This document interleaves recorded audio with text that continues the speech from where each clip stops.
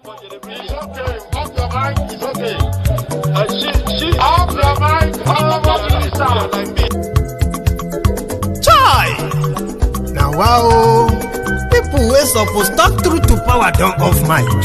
And if we talk, now 500,000 they go summer us, call them hate speech. But fear not, Maiyegun don't come. Ingo torchlight every corner, nooks and cranny of all these bad people where they spoil our country.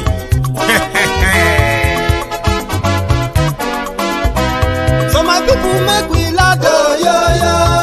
Maiyegun don't come, oh yo yo.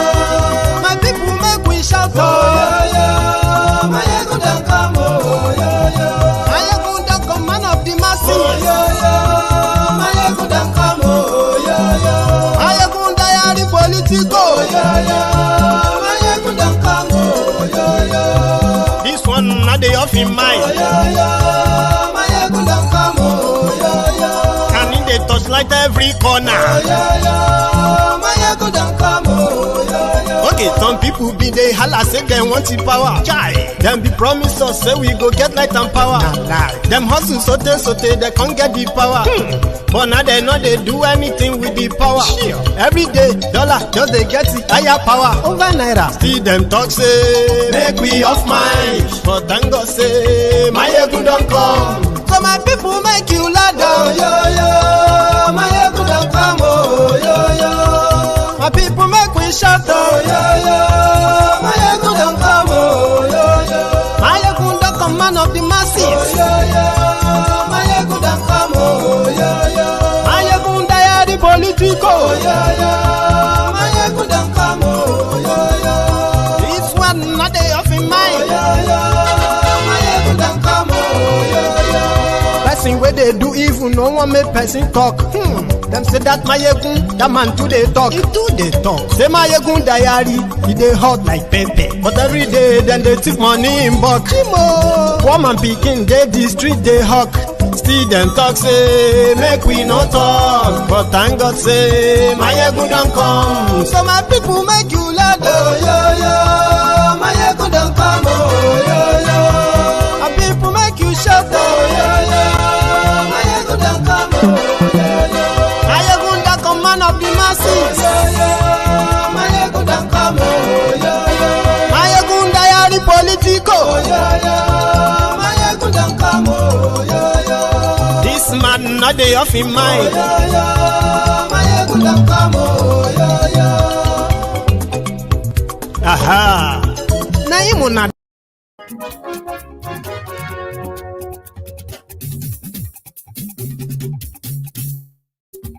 Hello there. Maiyegun la wa mo la mo do. Maiyegun diary, Maiyegun number one. Maiyegun la wa mo. Good morning to you, good afternoon to you, good evening to you from wherever you are joining me from. This is Maiyegun live. Lórí Facebook, lórí YouTube. Maiyegun diary, Maiyegun number one. Gbogbo bó ṣe ń lọ ni Maiyegun já wa sí. Maiyegun diary, Maiyegun number one. Àṣírí ọ̀jẹ̀lú kì í bò níbẹ̀ o. Maiyegun diary, Maiyegun number one. Bó bá ṣe eré, àní Maiyegun máa wí. Share this broadcast. Invite your friends, invite your not so friendly friends, and tell them that Maiyegun today, tonight, we are reporting from Kaduna. Diary Politico. Maiyegun diary, Maiyegun number one. Godfatherism, kò sí lọ́rọ̀ Maiyegun. Maiyegun diary, For the past few months, we have been riding on the Emi Lokan. But tonight, you have an opportunity to have the version of Atiku too. We'll get to that part. Àní ẹ̀sùn ra kì í. Maiyegun ti dé. Yeah. Maiyegun ti dé. Ọ̀jẹ̀lú ẹ̀sùn ra kì í. Maiyegun ti dé. Àní ẹ̀sùn ra kì í. Maiyegun ti dé. Thank you. Lórí Facebook, Maiyegun ti dé. And yes, we like Maiyegun ti dé. lórí YouTube. Maiyegun ti dé. And yes, we like Maiyegun ti dé. ọba bá gbé wúrẹ́. Maiyegun máa wí. And yes, we like Maiyegun ti dé. ìdíjọ ìgbádìyẹ. Maiyegun máa wí. And yes, we like Maiyegun ti dé. Presido bá rúfin o. Maiyegun máa wí. And yes, we like There's something somebody said that maybe if I choose to open a church, online church, I would likely be a multi-millionaire in no time. Because some of the things we piece together here, all together, are the things that people actually work their brain out. Once they figure it out, they don't give them out like that. They call them prophecy. People pay for them. I have told you before the start of this charade, this distraction. And from, by remembering where we were coming from to where we were until this distraction happened, I told you that if you really want to understand that the one Nigeria that most of these guys are shouting is a farce. It's a fraud. It is with no substance. If you begin to scrutinize it, if you begin to dig it, you will realize that there is no real definition of who a Nigerian is, or by extension, anything at all that actually defines us as one, none. This fraud of telling you every now and then that the same characters who contributed to wherever Nigeria found herself today are now positioning themselves as the solution again to get you out of the pits that they have, sort of buried you or trying to bury you. So at Atiku and gang, I said, if you want to know the hypocrisy of Nigeria and Nigerians, the best time, if you are doing a research on that, the best time is now, when they are doing their fraudulent charade called election.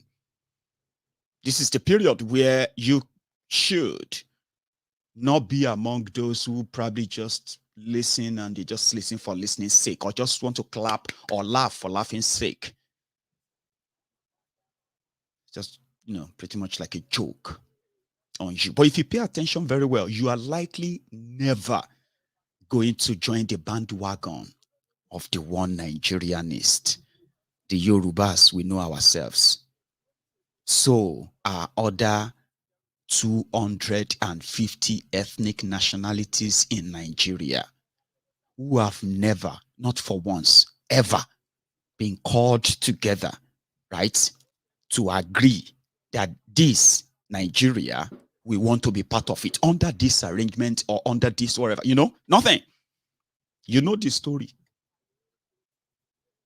So they continue to tell you we are one, but their election time is the time.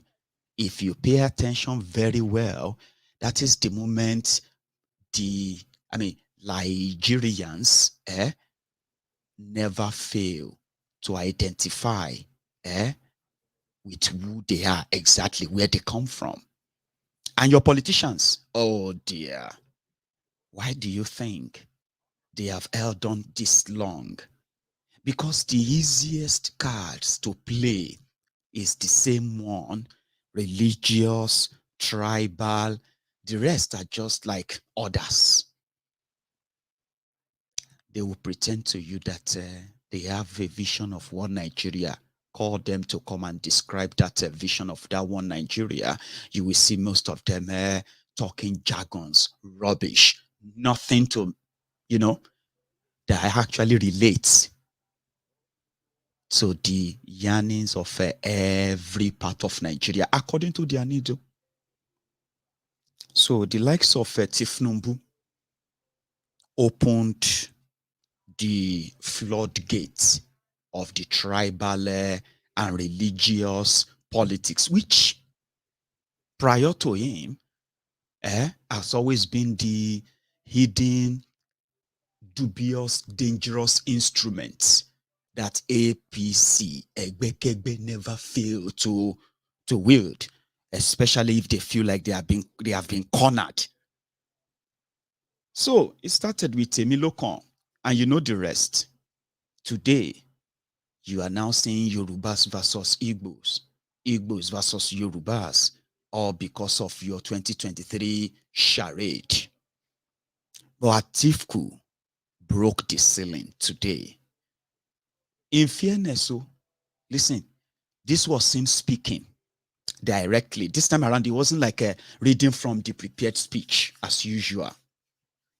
It was asked a question asked by the senior brother to Peter Obi's running mate, Ahmed Dati, his brother, asked Atiku at the Arewa house today, how can we Northerners trust you? And this time around, this is unscripted. And he spoke his mind. That mind is what has become the talk of the town today. And people like us who are like archivers, people who they archive things like this, political gaffes like that are not really gaffes. They are the truth, they are inner thoughts. And it is you that is still being blinded with one Nigeria lies. I'm coming back to you. So he said it point blank, and he said, listen, guys, I'm your best bet. Okay? I mean, he understood this audience. He know them, right? It was at the Arewa house. You know what Arewa house is like to them politically in northern Nigeria? Kaduna. So Kaduna hosted Atiku and Tinubu today. And the same day, they dropped the bombshell. Nothing that has to do with your progress, development, safety, and anything else. It is, in fact, how to make them worse. But we'll get to that part. He was facing his audience. They were Northerners.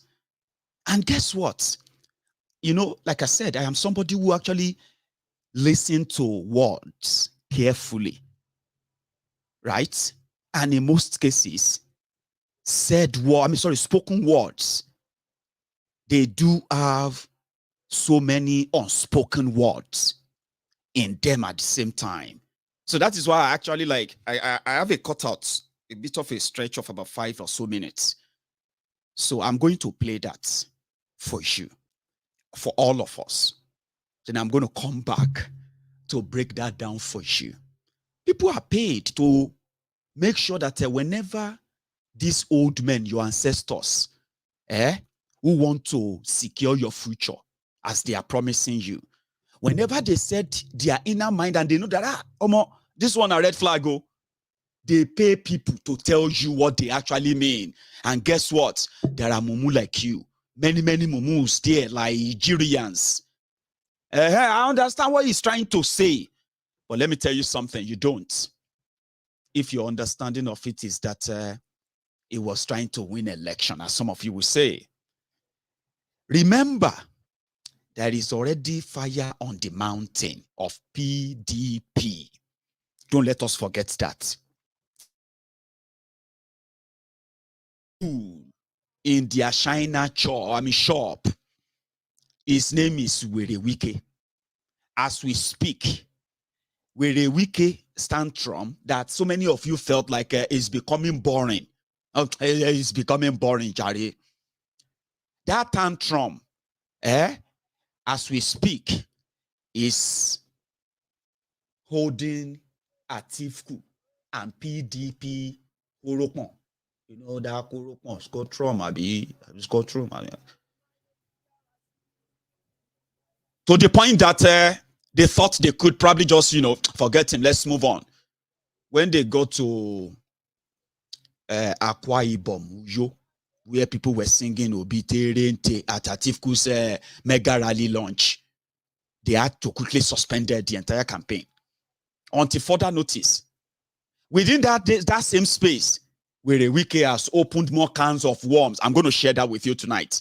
But let's go to, Atiku should have been in like 2-3 states by now after Akwa Ibom, because he actually launched this campaign there. But forget about the written speeches and all those things they are writing for them. No. Forget about those. Those are lies that anybody can read and repeat. You get that? So he was in Arewa house today and he told them, he said, listen, you are looking for somebody to trust. Hey, I have traveled all over this country. And as a northerner myself, what an average northerner wants is a northerner, right? A northerner. Listen, that's what Atiku said. You're going to listen to him now. He said, what an average northerner wants is, as president, is a northerner who can help them build bridges across Nigeria. Osheo Julius Baja, Atiku. So that he will be the Julius Baja for them, building bridges. After promising Wike, well, this is it. He promised Okowa that is going to be the turn of the Igbos after him, Atiku. Then he promised Wike that he will hand over to him after his own 8 years. Both denied by Atiku, except that Igbo man will succeed him after 8 years.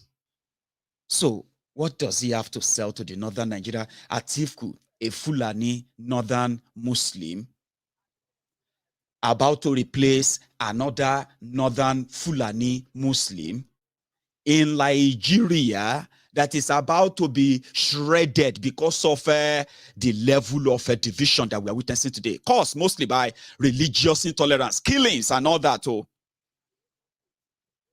he was talking to the people they believe that own the votes. Everybody brag about that, Abi, northern Nigeria. So Atiku was telling them, he said, let me tell you something. I am the only person you can trust, okay? Because look at southern Nigeria. Look at them. They are not like us. We are multi-ethnic. We are multi-religious. That's what Atiku said. He said, on the issue of Fulani terrorists and all that, he would do what Boko Haram said he would do, but he couldn't do. Right? Fulani others should receive support from government to build ranches, because Atiku, he has thousands of cows and they are all in a compound or in a big ranch in Adamawa. So he was addressing their fear. Don't worry, I am the only one you can trust. Because when I met with average northerner, they don't want any Yoruba president. They don't want any Igbo president. They want a northerner. A northerner. And that is me. I think the establishment needs the northerner. Maybe not you, maybe not me. Definitely not me. Because Tinubu was also in Kaduna. And guess what that one did in Kaduna? That empty Ategun, Pangolo butter, Tinubu. May God forgive some of you who are just, because of what I said earlier, that many of you are denying. One Nigeria, this country, God will shame all the enemy of this country. God is already shaming many of you. You know why? Now only because you get shame.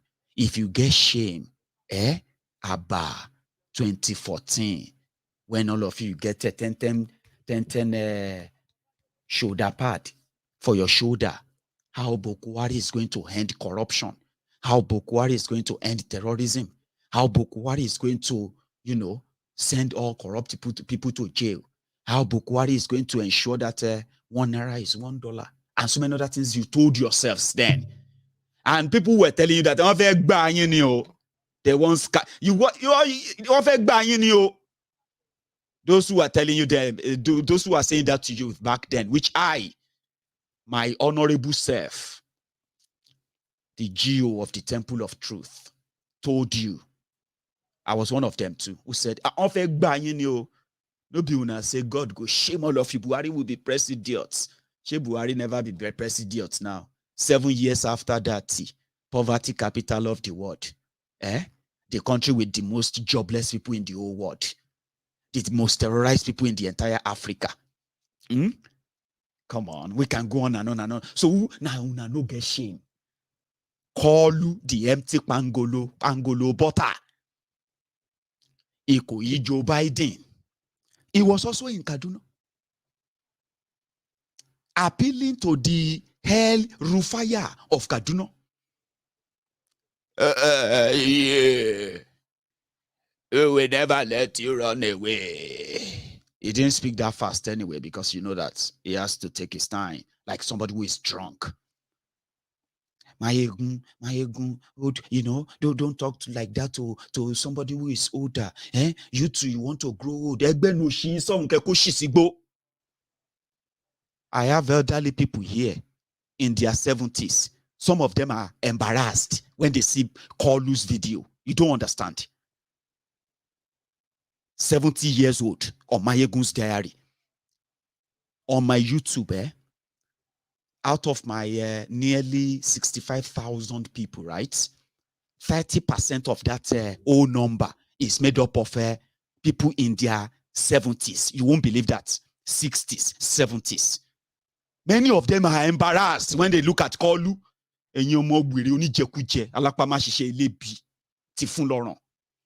Old people are ashamed of him. People want to grow old. And play with their grandchildren. Enjoy the rest of their lives. Whatever they have made, enough that they can spend the rest of their life peacefully. But one drug baron that has become your fatherly figure, you, that Nigeria has made you more like orphans. Because that's what Nigeria turned many of you into. Your parents have been completely disarmed. They have been completely economically disadvantaged. For those of you who have, who are their products, right? What happened to you? You became a more Japa, so the likes of Tinubu, Obasanjo, Bukwari. Who else again did here? Which other way did here? Pastor Ruga, Aregbe Mubo, Isaleko, Barack Obama, Ifashola, and the rest of them. Bunch of rogues and criminals. They have become fatherly figures to many, many of you wearies. At that age, you know what I'm talking about. He was in Kaduna appealing to the devil. Hell Rufaya. He said somebody like you, Hell Rufaya, that could turn a worse situation to bad. Meanwhile, it's the other way around though. A bad situation to worse. Ask the people of Southern Kaduna. We need your service. We will never let you run away. You have to stay with us. I'll get to his part. But let's go back to that of Atiku. When he was in Kaduna today. I mean, let's show the drama, the entrance and the rest, the usual today in Kaduna.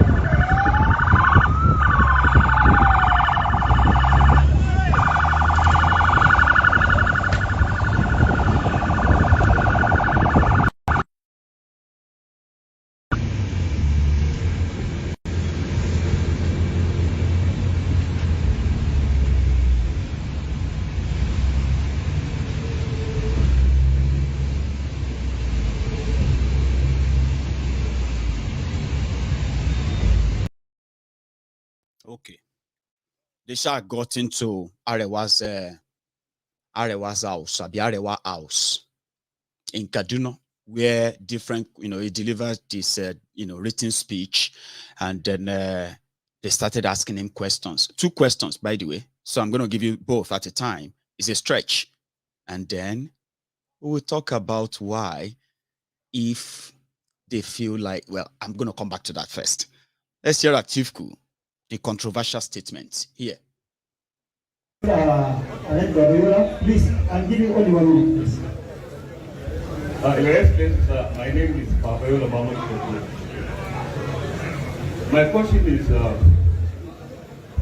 irredentism has taken over the country. We only hear of Yorubas and Igbo nation. When people are talking about Nigeria, from where I'm sitting, I notice it's only northerners. I'm talking as a northerner, not as a pan-Nigerian. It's only northerners that are talking about Nigeria. People talk about Igbo nation, Yorubas, and so on and so forth. In this context, I've been profiled. I've been denied opportunity for growth in certain parts of the country. I've been maligned. Complete and banditry have been ethnicized, and it has been identified with me. In your presentation, your 20-minute presentation, I didn't hear you talk about how you intend to make me feel a northerner. Top programs of this government, like the rural grazing area, like the NLTP, the National Livestock Transformation Program, and open ranching or open ranching against open grazing, have not been realized because the government have been susceptible to blackmail. How do you intend to make me feel a Nigerian?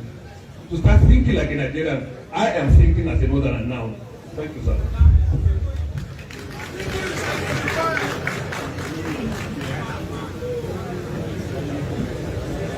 Thank you very much. To be honest, we northerners always think about Nigeria more than other parts of the country. This is simply because we are multi-ethnic and multi-religious. There is no any other ethnic group in the southwest other than Yoruba. There is no any other ethnic group in the southwest other than Igbo. So that's why they identify themselves as Igbo nation, Yoruba nation, whatever nation they call themselves. But in the north, what are you can only identify yourself as a northerner because we are multi-ethnic and multi-religious. Multi-ethnic and multi-religious. When you come to you give an example of grazing or open grazing. One, I am a manufacturer of livestock feeds, from cattle to poultry. Two, I have more than 1,000 heads of cattle. They have never moved out of one location. So it's simply introducing modern methods of looking after our livestock. No more, no less. I had a very big quarrel with the governor of Oton on this accusation of Fulani, this Fulani. Big quarrel with him. I said, I'm Fulani.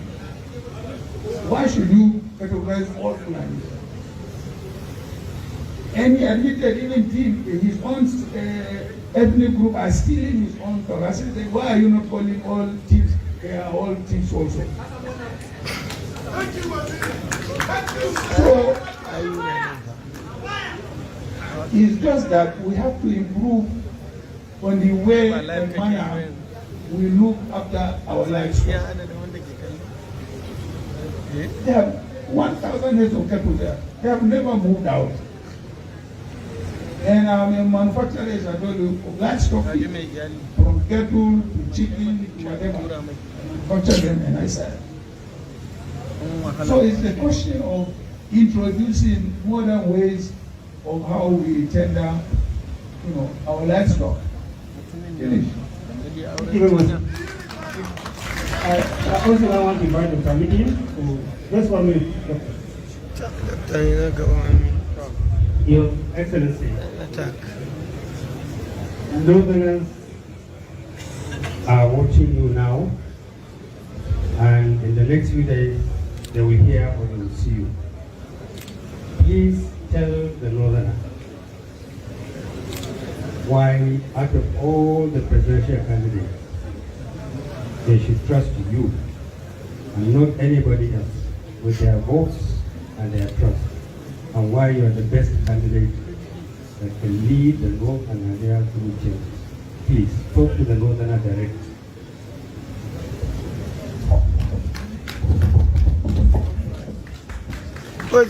Well, Madam Northerner. Oh, Madam Northerner. I have been in politics now for 3 decades. I like the appointed for Professor Ango. 35. And I have traversed the whole of this country. Yes. I know the whole of this country. Yes. I have built bridges across this country. I think what the average Northerner needs is somebody who is from the north and who also understands the other parts of Nigeria and who has been able to build bridges across the rest of the country. This is what the Northerner needs. It doesn't need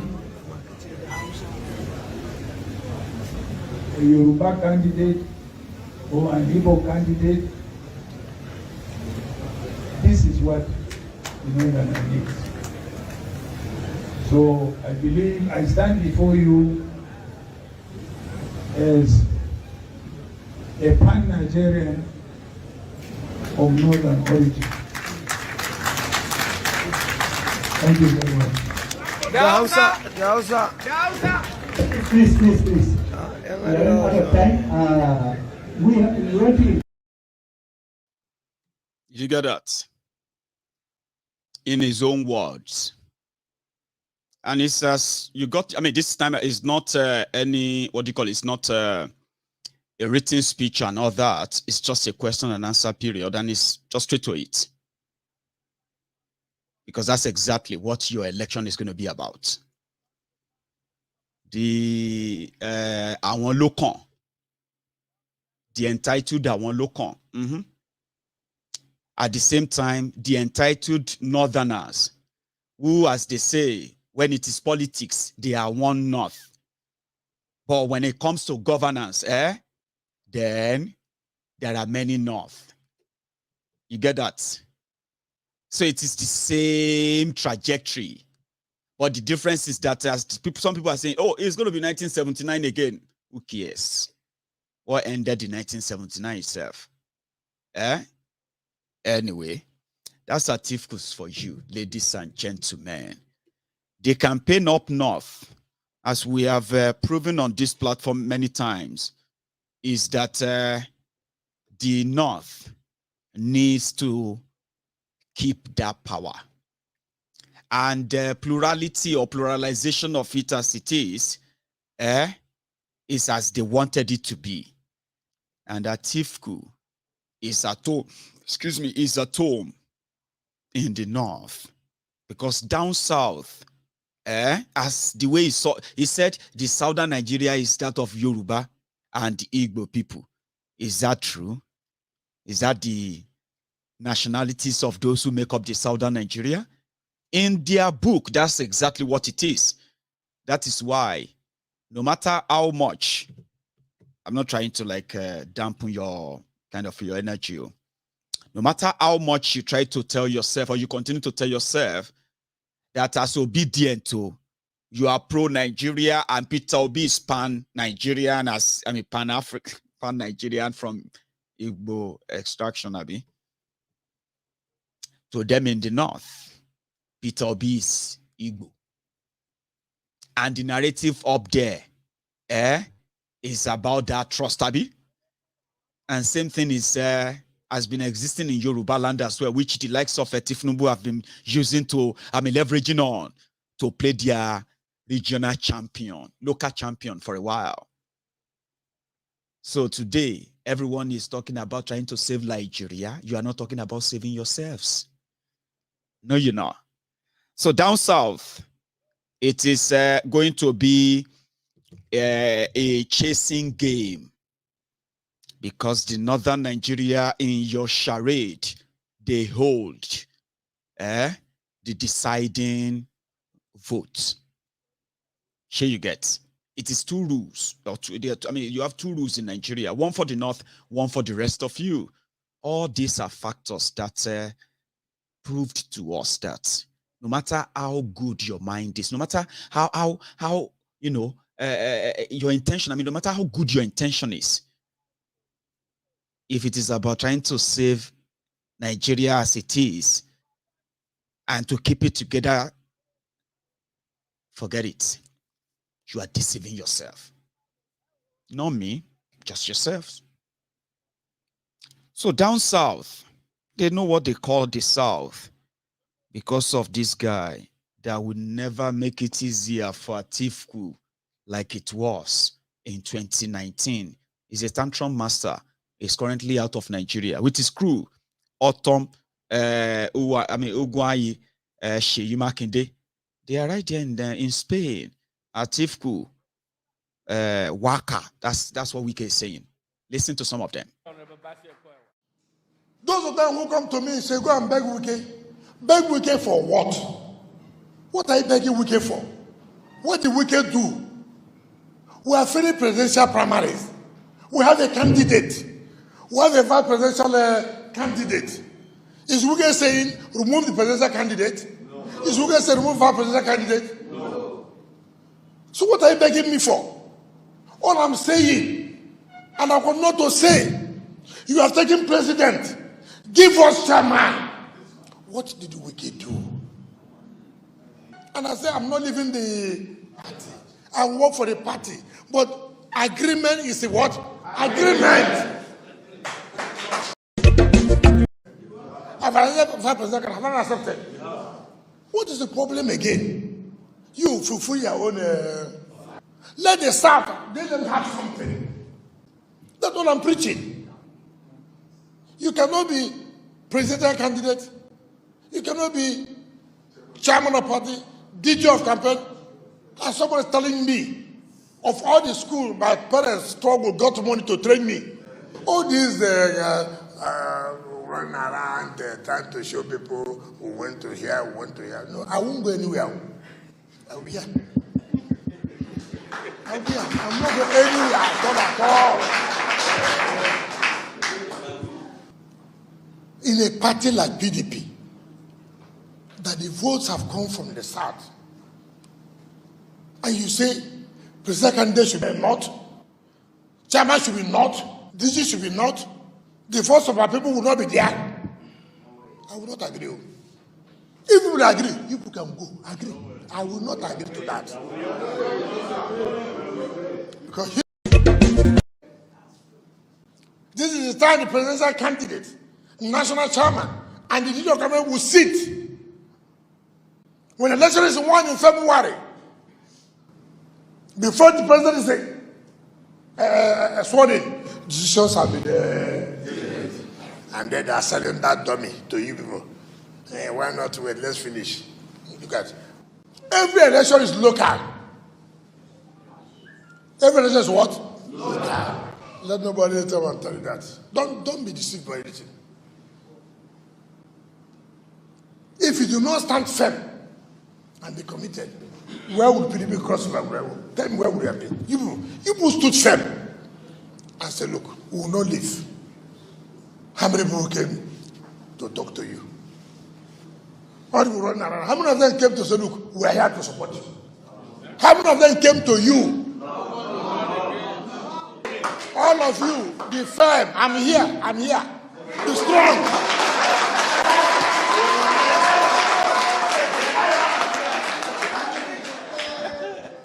I said, I have not started politics. Now I have started politics. Do you understand me? I have started what? Politics. You know, man, don't worry. They say we are nobody, we are something. Tell them that we are something. Just watch what will happen.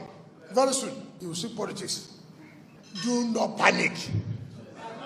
Do not panic. If they don't believe in you, leave them. It's not true. Don't go and beg. Are you beggars? No. You cannot. Even the beggar say, God, I will this begging to stop today. Do you understand me? I should be have been begging, say, God, I begged enough. Today, this begging will stop. And I say, having come here today, the begging has stopped.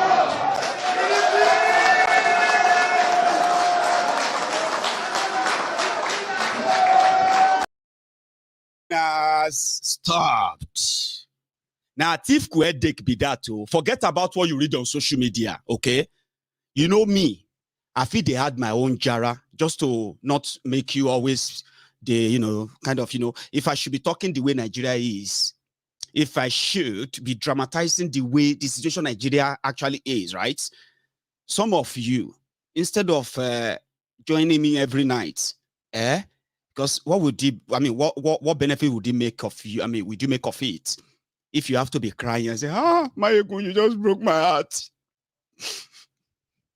You know that? Like, Maiyegun, this Nigeria, I'm so scared. You know, I haven't even done that. People are saying that I'm trying to I'm an alarmist. I'm not alarmist. I bring what they say. I may had my own jara just to lift your, just to lift your mood.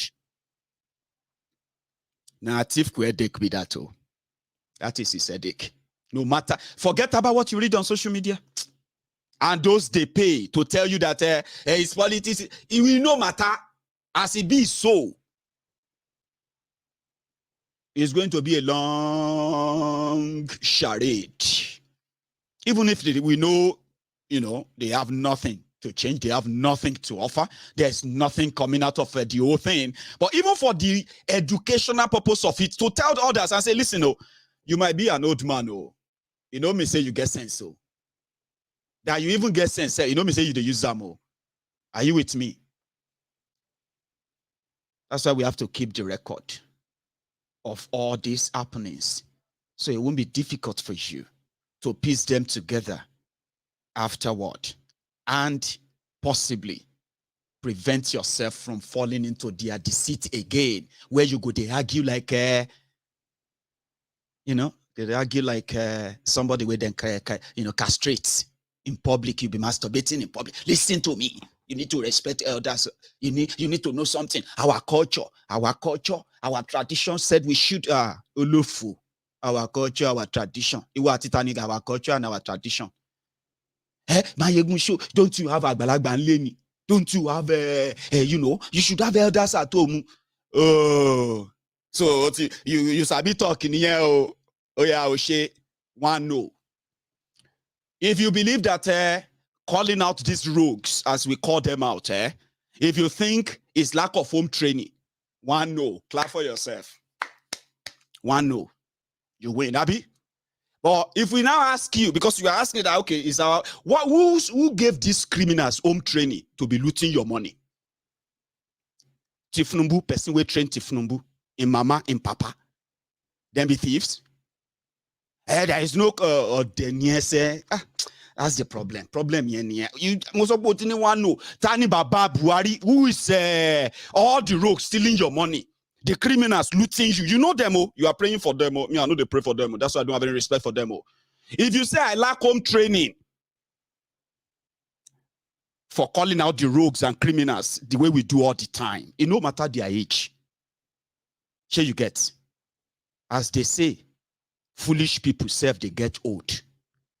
Criminals, they grow old. If you say I lack home training, yes, one no, fine. I wasn't trained to respect criminals. That's well, I mean, I won't blame my parents or my guardians for that. Fine. I wasn't trained to respect criminals. Fine. One, no. I don't get home training to respect criminals. Which home training these rogues get? Who be their papa? Who be their mama? The ones you are saying, mama, wa, Toby Motoda, and you weary. Point that finger out, to point it to me, point it to everybody and tell them that they don't get home training. You lack home training.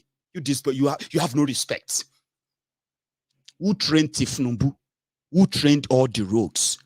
Buying guns for criminals, changing your children to drop out, to useless, unusable, unuseful elements that are only available for this kind of governance that you're witnessing. Who trained them? Say we supposed to clap for their mama. So you okay, fine. So all of you, we declare for Tinubu mama. You think say you get sense? Now your culture and tradition be that. So a mama trainer to be drug pusher and at the same time to be a tax forceful collector and a thief. She na a mama trainer. Abi me otuni training on you know abi. I no get home training for asking abi. Odiya weary. We ready to mix him any brain. By the time ti ori eba settle. Kobolo ma je ko ti koja lare ko ma je pe gba to ma gba inu coffin 6 feet under the ground lower. At what late. Continue to use culture and tradition to defend the criminals who actually have no, So Wike is doing that. I like that. I don't like Wike, you know that. But me, anytime they hold themselves for neck. Instead of saying, we'll call 911, I'll be 9199, I'll be 9999. We go just say, waiting. We go bring a camera, they record them, make them choke themselves. If now obedient, they hold them, they choke them. We bring a camera, we cover it to say, see, they don't choke them. Then we watch everybody cry and say, you know what I mean? It is just for the record. Now Wike did, and he told her, he said, listen, agreement is agreement. Agreement is agreement, yo. Agreement is agreement, yo. No time for settlement. Agreement, yo. Agreement is agreement. Wike said their party chairman, Aju, say they never come to power. PDP never come back. But their old ways is never going to leave them. Make I tell you what Wike said. Wike said, the party chairman collected 100 million naira from one governor and another 1 billion naira from another person. That the guy is a thief. And you know what's in the talk. Ayu came out and said, Wike is just angry. Ebambe. Wike is just angry. The 100 million he's talking about. Yes, one governor gave us. We use that one to hire a cabin crew department for office. You will hear them now. You're gonna hear them. Wike made them to give press conference and say, no, it's not be like that. In fact, because we don't get any money, PDP no get any money. Can you believe that? They have 20. How many states do they have in Nigeria? I think they have 17 states, maybe 18. 18 states, even after they lost power. Now, make the money, share the money. Now, PDPs share the money. So, party chairman said, no, Atiku advised that we should go and take 1 billion naira loan. Not that I should go and collect money from anybody. He said, Atiku advised me, he said, we needed money. Okay. And Atiku said, why don't you go and take a loan? So that when you sell form, presidential form, governorship, all the form, you can pay back your loan. So we didn't take the loan, no. But one governor gave us 100 million. And you know what I mean? Ayu Isha in what Yoruba we call Ibaka. Ayu Isha don't de car. Now we can Kosamo. So all of you, when see they believe, say you are going to have, wait till you go get me say, last, the North go hold Atiku. The East, they go hold Obi. And us in the West, we go have to deal with the unfortunate Kolu.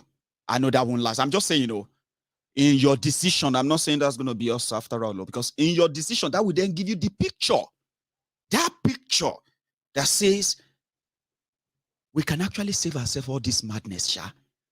Make everybody just day in day. So day your day there. Make a day my day here. Everybody just day in day there. And you will now see that all this kind of hatred, they won't be there. I mean, they won't, I believe, strongly. Here is how you and co. We no collect any money. Wike. Wike. You the courses that be on job. You push us outside like 8 days baby. Listen to them. PDPO. Ils sont fait sans qui wo fait wo mon drigba on read the joke atibo nje ko ni awon atibo ba yi o nje ki agoran dile oloku ko nisimi won ni nisimi. Here is the start.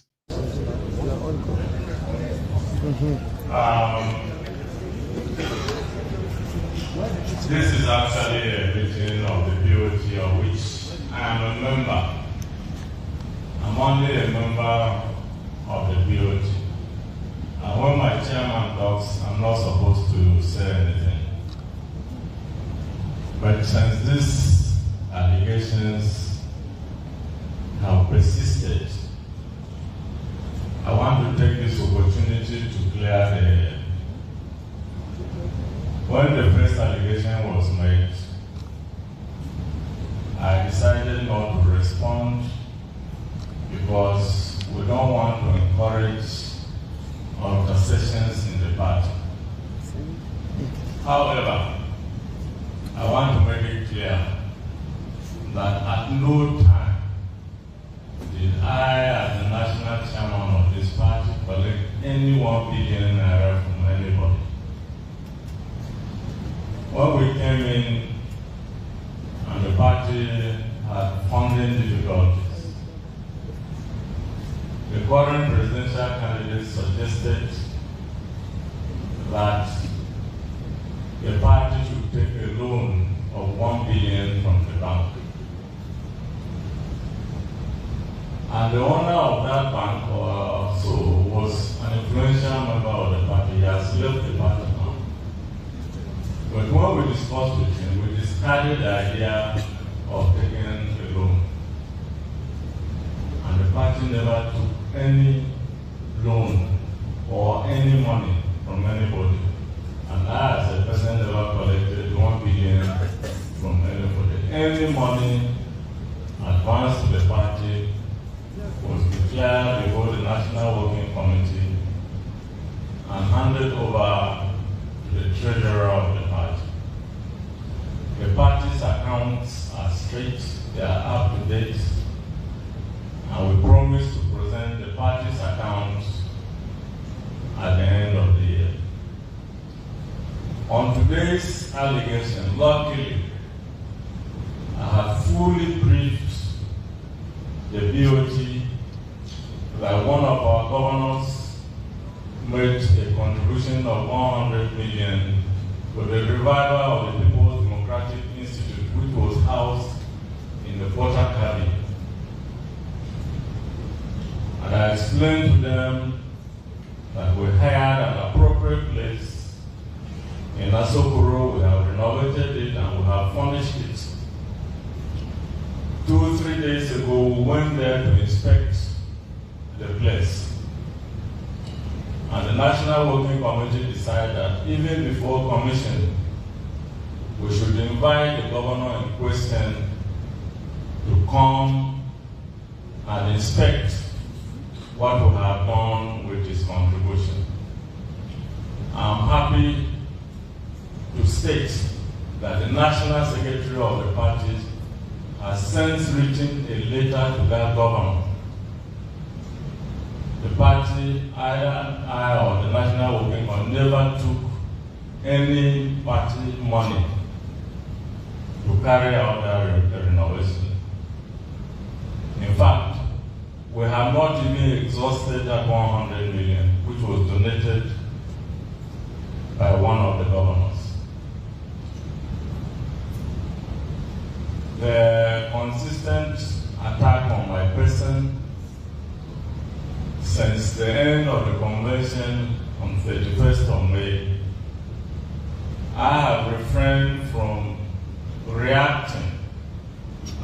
father of the party, I felt I should encourage reconciliation.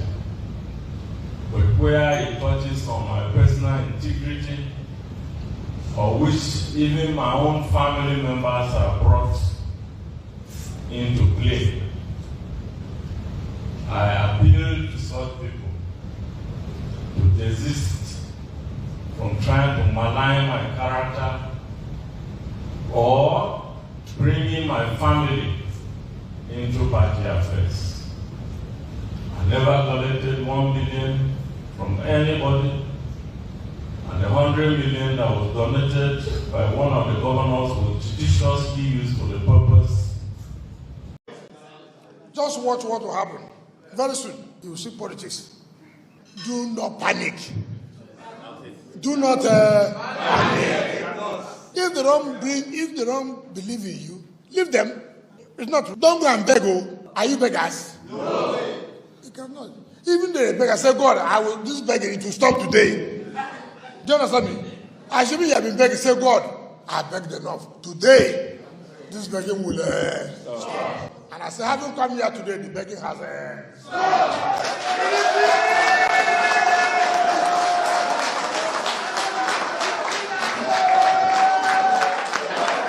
Melembe, melembe.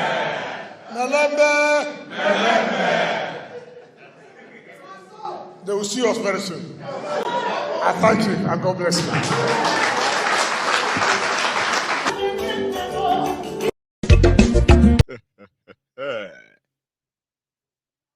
That is the PDP.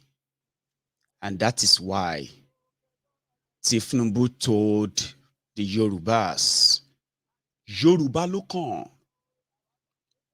And now, it seems that, like I say, this southern Nigeria is not going to be like how it was in the past. Atiku just told the northerner, you need a northerner to survive in Nigeria. You don't need Igbo president. You don't need Yoruba president. I think it's only Peter Obi that said that don't vote for me because I'm Igbo. Don't vote for me because I'm Christian and something like that. Vote for me if you, I don't know the code, but we are waiting for him too. Maybe I shouldn't say that. Let's just say what we have heard. So as we speak, Wike is cooling off in Spain. Well, so I heard anyway, with Seyi Makinde and others. They have stayed away from Atiku's campaign. And the reasons why Atiku is not letting them pursue you right now is because, like this, you remember this song? I'll tell you the story quickly. It's a folklore story, by the way, just, The wife of a chicken farmer was dating a goat farmer, right? Secretly. Then, because the goat farmer wanted to keep the wife of the chicken farmer, the goat farmer conspired with others to kill. The wife of the chicken farmer, told his boyfriend, so to say, the goat farmer, that if you want to kill my husband, the chicken farmer, just come in the middle of the night, disturb the barn, let all the chicken scream or make noise. Once he heard that, he's going to rush out. Once he rush out to kill him, then I will marry you.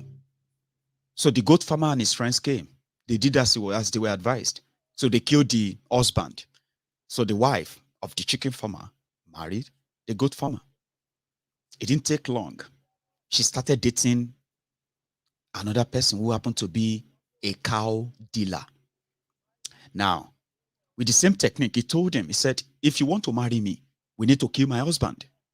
And if you really want to kill him, he loves his goat so much. All you have to do is to come in the middle of the night, disturb the barn, and then the goats will start making noise and my husband will rush out. And when he gets out, just kill him. Then I'll marry you. So what happened?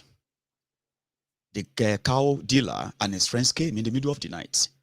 to disturb the ban. Bah, bah, bah, bah, bah, bah. The cows were crying, screaming, bleating. Bah, bah, bah. The goat farmer didn't wake up. His wife, his promiscuous wife, started, hitting him like, wake up, something is going on outside. You need to go and check the barn. And he just busted out like, come on, man. Would you use the same way we killed the chicken farmer to kill the goat farmer when I was actually the mastermind? Come on, man. You have to try it harder. Try harder. Do you get what that means? I'll tell you in this context. In 2014, when the likes of Atiku and gang decided to stop Goodluck Jonathan from going for second term because Yaradua died and Northern Nigeria didn't complete their own term or time as, the sharing formula, north-south, north-south. So Jonathan must be stopped and whatever it's going to take. Even as members of his own ruling party, Atiku and others, Saraki and the rest, they led a mass exodus from PDP, including many, many state governors who followed them, to congregate in a cult group now known as APC, Egbekegbe, at the time. So, in order to further weaken Jonathan, before they left the party, when they couldn't stop him from being the main candidate, they now said, we need a peace deal. The peace deal is that the party chairman had to go. And they will appoint a different party chairman. Jonathan agreed. And that was the genesis of his own political demystification. You know the rest. Every one of you are still written from that disappointment. How this old APC Egbekegbe emerged. Yeah. So Atiku is not in power, but he knows the trick very well. He was there when they muted the idea, when they financed the idea, and when they executed it. They saw to the end of PDP rule in Nigeria. So how dare Wike trying to use the same formula for him, even when he's not in power yet? Change the party chairman that paved the way for the beating of Wike. No. Okay, let's have a deal. After the election, Ayu will resign. That's when Wike was like, you guys are not ready. No. We want him to go now so that we can have this, So that's the cat and mouse game there. So by the time you turn left from the Arewa house and you go to Shena Kashim Shetima house, Adina Kashim something, they have a house in Kaduna again, where El Rufaya, the El Rufaya of Kaduna Littlefinger, is hosting his annual, charade. He calls it Kaduna Investment. So people bring money in to invest in Kaduna and all of that stuff, but practically Northern Kaduna, never to the Southern Kaduna. Southern Kaduna is not part of Kaduna anymore since that little Hitler came on.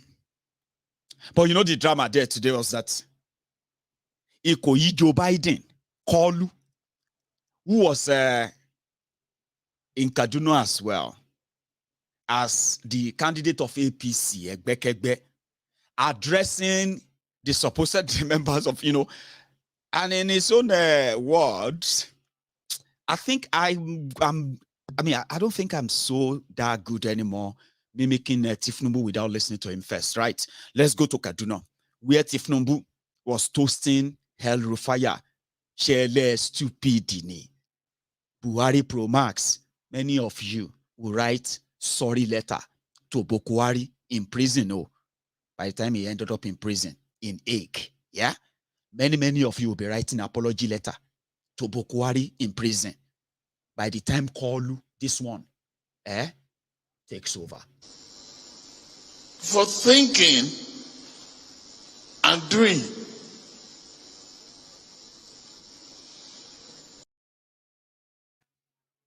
for thinking and doing. Now, I said something about old age earlier, okay? All of you, you mommy, you baba me, abiyamo ojagboro on MaiyegunSdiary Politico. Àti ẹ̀yin àgbà fi arúgbó aṣọ má balẹ̀. Ẹ̀yin tí ẹ̀ ń pọn ọmọ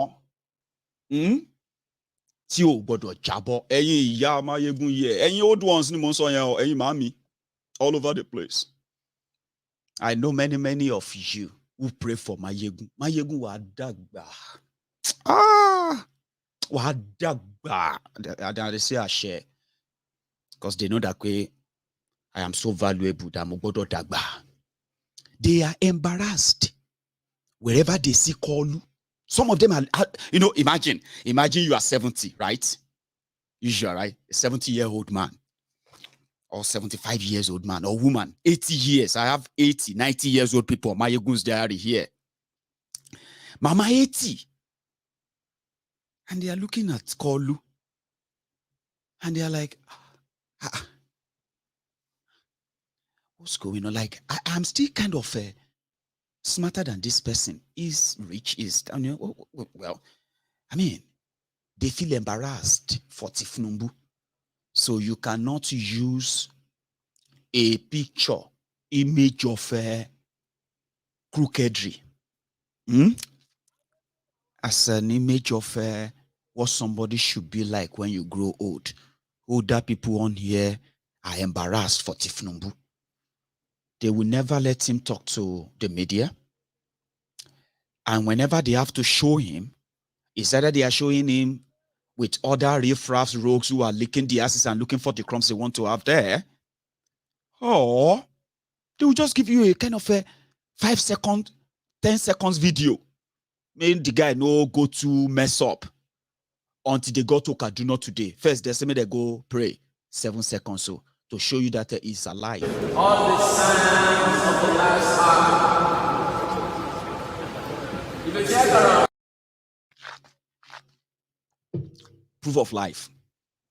But when he opens his mouth, even my great grandma, they shake her head like that. What is wrong with this boy? He's older than me. Like, he looks so older. Why is he shaking? You know that stuff. I'm talking now from what old people told me. Aged people. They said, nah. This guy is. Then in Kaduna, he was pleading with the devil. So that all of you, where they see Boko Haram now, they open your mouth, they flex and all of that, with Kolu, I'm coming back. Listen to him. Nigeria need thinkers and doers like Hel Rufaya of Kaduna who have the capacity to make a rotten situation bad. Whatever that means. Listen to him. For thinking and doing.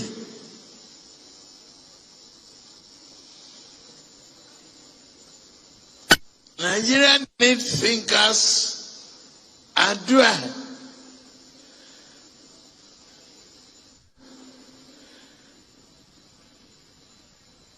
And that is, I'm openly begging Nasir El-Rufai not to run away for additional degree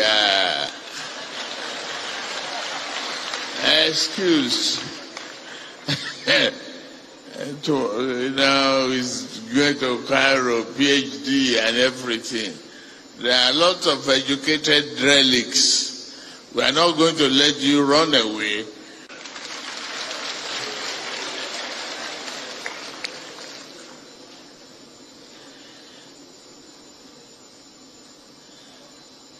Therefore, I'm sure that under the able leadership of this governor, Nasir El-Rufai,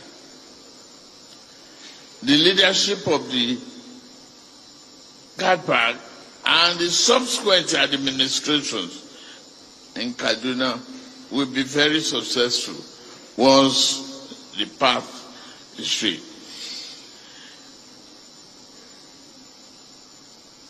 These states will be turned into a rapid job creation state. To you, the Kadunians, be sure of the sources of the. Hang on. I think there is one I should have brought on, but hang on, don't go anywhere. Listen to this other guy who was there too, the former emir. He has something to say which is similar to Omo. For it to work, yeah, for what he said to actually happen. It simply means he's telling them, be prepared for a day that there will be no free money called Nigeria money anymore. You would have to survive on your own. I'll be right back. More generally, I think states need to free themselves of federal dominance. You have to free yourselves of relying on the federal government. Just assume that you're not going to get help from the center. Okay? Build your infrastructure. As the Kaduna state governor said, build your own power supply. Attract your own investors. Educate your children. Create your own jobs.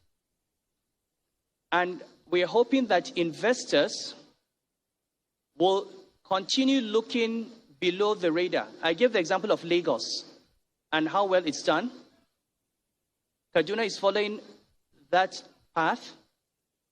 The state governments need to continue competing so that people look beyond the macro and know that below the radar there are subnationals that are doing the right thing.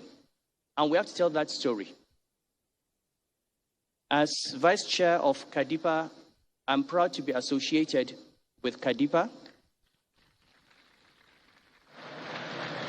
And I'm proud to speak about Kaduna anywhere I go. Because even as a Nigerian, I do not want to bring anybody who will be embarrassed. If I see somebody who says he's thinking of something, I say, come to Kaduna. Or come to Lagos. You go somewhere where you have a story that you're not going to regret. And I think every state needs to start taking that up, and that is... No. You get that? Let's go back to Kolu. Just once again, in his words. Just, yeah? For thinking and doing.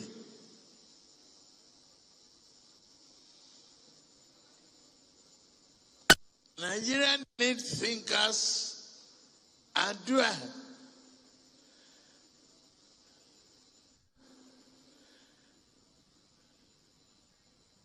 And that is, I'm openly begging Nasir El-Rufai not to run away for additional degree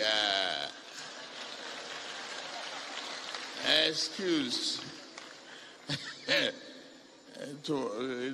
He's going to Cairo, PhD and everything. There are lots of educated relics. We are not going to let you run away. Your vision, creativity, and resiliency in turning a rotten situation to a bad one is necessary at this critical time. That is why we are here today. Turning a rotten situation, a rotten situation to a bad one. That's not a sleep. I mean, they will tell you, El-Rufai has done this or that. Kaduna, just say where they will tell you, Lagos, the mega city. Every time they say, Lagos, Lagos. And then you see the Lagos Abubakus. Tell us your state. They ask me. He's asking me, a Lagos landlord, to go back to my state because of Tinubu from Iraq. That's what somebody said. Maiyegun just say Iraq Joe Biden. Apologies to the Democrats who are my friends on Maiyegun's Diary, Politico. Sometimes Even persuade just they collect.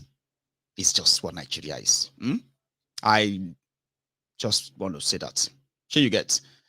So Iragbi Jiabi Ikoyi Joe Biden knows that Kaduna has become worse. In fact, Kaduna happens to be one of the epicenter of the Nigeria collusion with armed terrorists in Nigeria. Guess who invited them back? Hell Rufaya of Kaduna. So according to Kolu, we will not let you run away. We will not let you run away, okay? You still have a work to do for us, and you know. Everybody claps. One clap, you down on here. Ask those who have been clapping for Bukuari. Some of them no fit clap again, then they were then they. But it's a matter of choice. Like, again, it's just about choice. But you see, this old septuagenarians have been octogenarians. The people that will never feature in the future, they are promising you. You can't look around. You can't look me. About break them down. You can't look at me. After all this you've seen, I've told you, you have your choice. Make your choice. Stick to your choice. Choose your poison. Just don't blame anybody for your unfortunate choice and choices you make. Okay? So you can't look at me that is pointing out all of this expose so that it can possibly help with what, if you are thinking right, just if this will help you to think right, I bring to you, or should I say I brought to you things that the rogues that you call leaders are doing that are also contributory to whatever, what they're doing secretly and what they're saying publicly. When you link all of them together, you realize that none of them is in your own interest, right? Then you look around and you say, God will shame you. Maiyegun Atiku is going to be our next president. Kintemi. If you get sense for real, see, listen. I understand that there are those who have left Nigeria. Sure, you get now. They have left Nigeria. Seriously, Majority of us that left Nigeria, we just needed something as an excuse to leave. And we left. And people are still living. You know that. So when people leave Nigeria, and in a way, in their safe haven, they are defending Nigeria from that place. You, Stanley, you, that is there in Nigeria, you are there. Like normal person, you are hustling your life. I mean, you are doing your stuff. Let's even say you are doing your legit, okay? But you know it, that you would have to like work extra and extra to be able to even afford a tiniest comfort as a person. You know that. Now, this is two scenarios now. Two people. You, Stanley. Abi you, Abe. I'm just mentioning names that comes to my head. Or you, Mosun. Or you, Abigail. Abi you, Bosse. You watching me right now. Pro Atiku, pro Tifnumbu, the septuagenarians and octogenarians, demented old men. Sure you get. Now somebody is in America, he's over there, Dubai, South Africa. He attacks Maya and said, Maiyegun, shut up your mouth. God will shame you. Asiwaju is our next president. He's in South Africa. Sure you get. Or he's in America or UK. This Maiyegun, you are so useless, very stupid Yoruba boy. Asiwaju is our next president. He's typing that from America. But you, Mosun, Abi Adija, Kubure, you can't go under the comment and say, facts. You will see God will shame you. Maiyegun, Asiwaju, Atiku is going to be our president. I am here. The person is somewhere else. So you are in that Nigeria. Everything where they talk about, sometimes when you read them online, you are like, when did this happen? It's now yesterday. Now where are you? You know on your data. Sorry, I was trying to manage my data. I didn't on my data last night. That's why I didn't know. Oh, since afternoon yesterday. On the data, Jare, and get up to date news. See, the people abroad already know everything. They are the ones who told us. So somebody said, Maiyegun should shut up. You click on their profile. They are living in Florida, America. You from Ajangbadi, Okokomaiko, or from Power Line, I'll be under tension wire streets, or your tension road, or anything like that. You are now replying under that same one. I say, thank you, Jare, my brother. Facts. No other facts. Thank you. This Maiyegun is just a useless person. God will shame him by February. Ha. Egbamike. Ewo ni shame temi nbe. If I want to be like the rogues who are leading you and the criminals who are urging them on, I don't suppose they complain about Nigeria. See, honestly.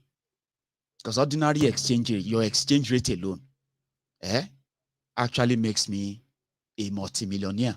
In your naira, your trashy paper called naira. You know that? And that's not my own fault. It's the fault of the rogues that you abuse me for. Sure you get. But when you can't say God will shame me, wait till be my own shame. You are there in that traffic. No electricity. You have to go and get your jerry can when you get home to go and to go and fill your 5 liter or 20 liter jerry can with petrol and diesel. You have to put on an electricity generator for some hours so that you can at least have small comfort before mosquito will do night duty on you. There's somebody who has escaped to South Africa. Somebody who has escaped to Ghana.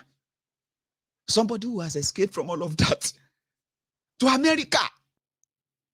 Said, man, this Maiyegun no get sense. You wait there Okokomaiko. You wait there Aba Rodu. Who up iwe Karodo Nicha. You jump under there, you say, facts, my brother, facts. What is fact there? That God will shame me. That you are going to elect your own slave masters. None of your laws affects me. You know, I can be selfish. I choose not to. None of your laws affects me. None of your police brutality touches me. None of your thieving criminals can touch my money. None of your rogue criminal leaders, right, can sweet talk me. Do you see how do you see that distance? So which one be God go shame me? All of you will believe that God go shame those who no allow you make you choose Bokwari peacefully in 2015 and 2019. Now who God they shame now? Now una no get shame. Oh day. If I see what with the way Nigeria is, the more they ruin that, the worse it becomes for you. And the more you want to japa, I'm not saying you should not japa. I'm just saying that your prayers, the reason why your prayer no they get answered is because you no get shame. God is shaming you every day. But so many of you no get shame. I understand. They say you cannot shame the shameless. In the UK, a liter of petrol is £1, 79 pence. You can just say, let's just say £2. That's so many difference, about £2. £2 in Nigeria is 1,700 naira. That is £2. That is 1 liter of petrol in the UK. I know. See you. And we are just buying it for 160 in Nigeria. Aniko farabale wiri. In farabale. In this same UK.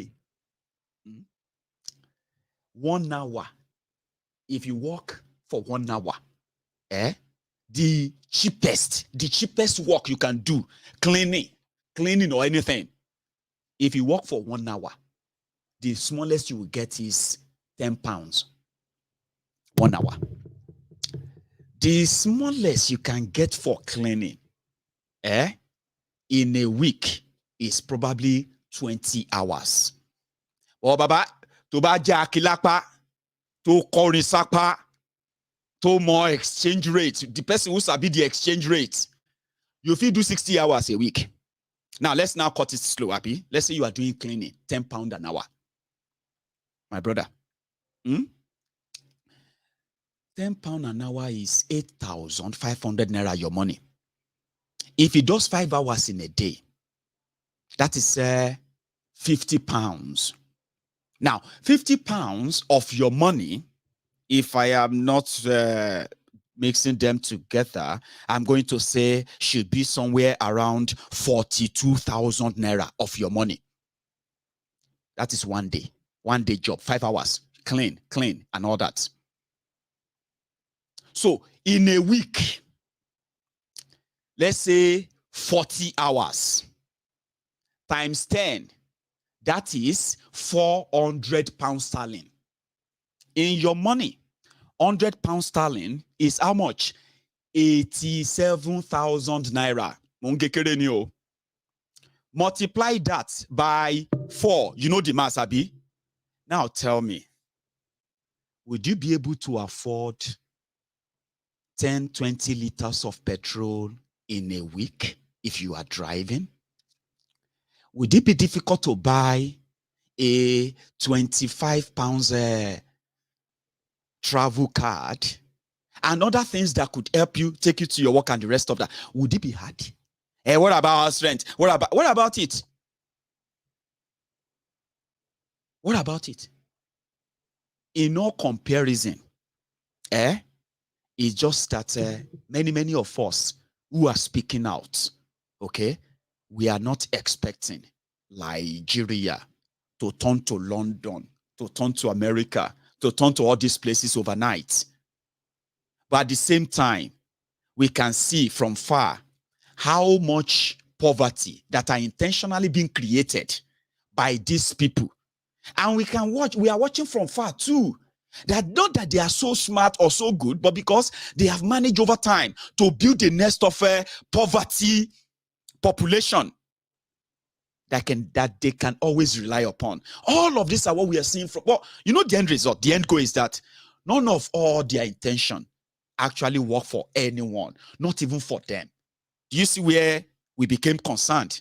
Is because when many of us left Nigeria, I don't know about others, so I know those who said, Omo, as they leave Muritala, they just pack the sand, wait and see for outside, pack them inside paper and say, hey, God, as they come out for this place, I know they come back again. Guess what? There are people who did that. Now, because of how much shege Nigeria, some of you left, well, let's say some of us left, with the intention of going back there,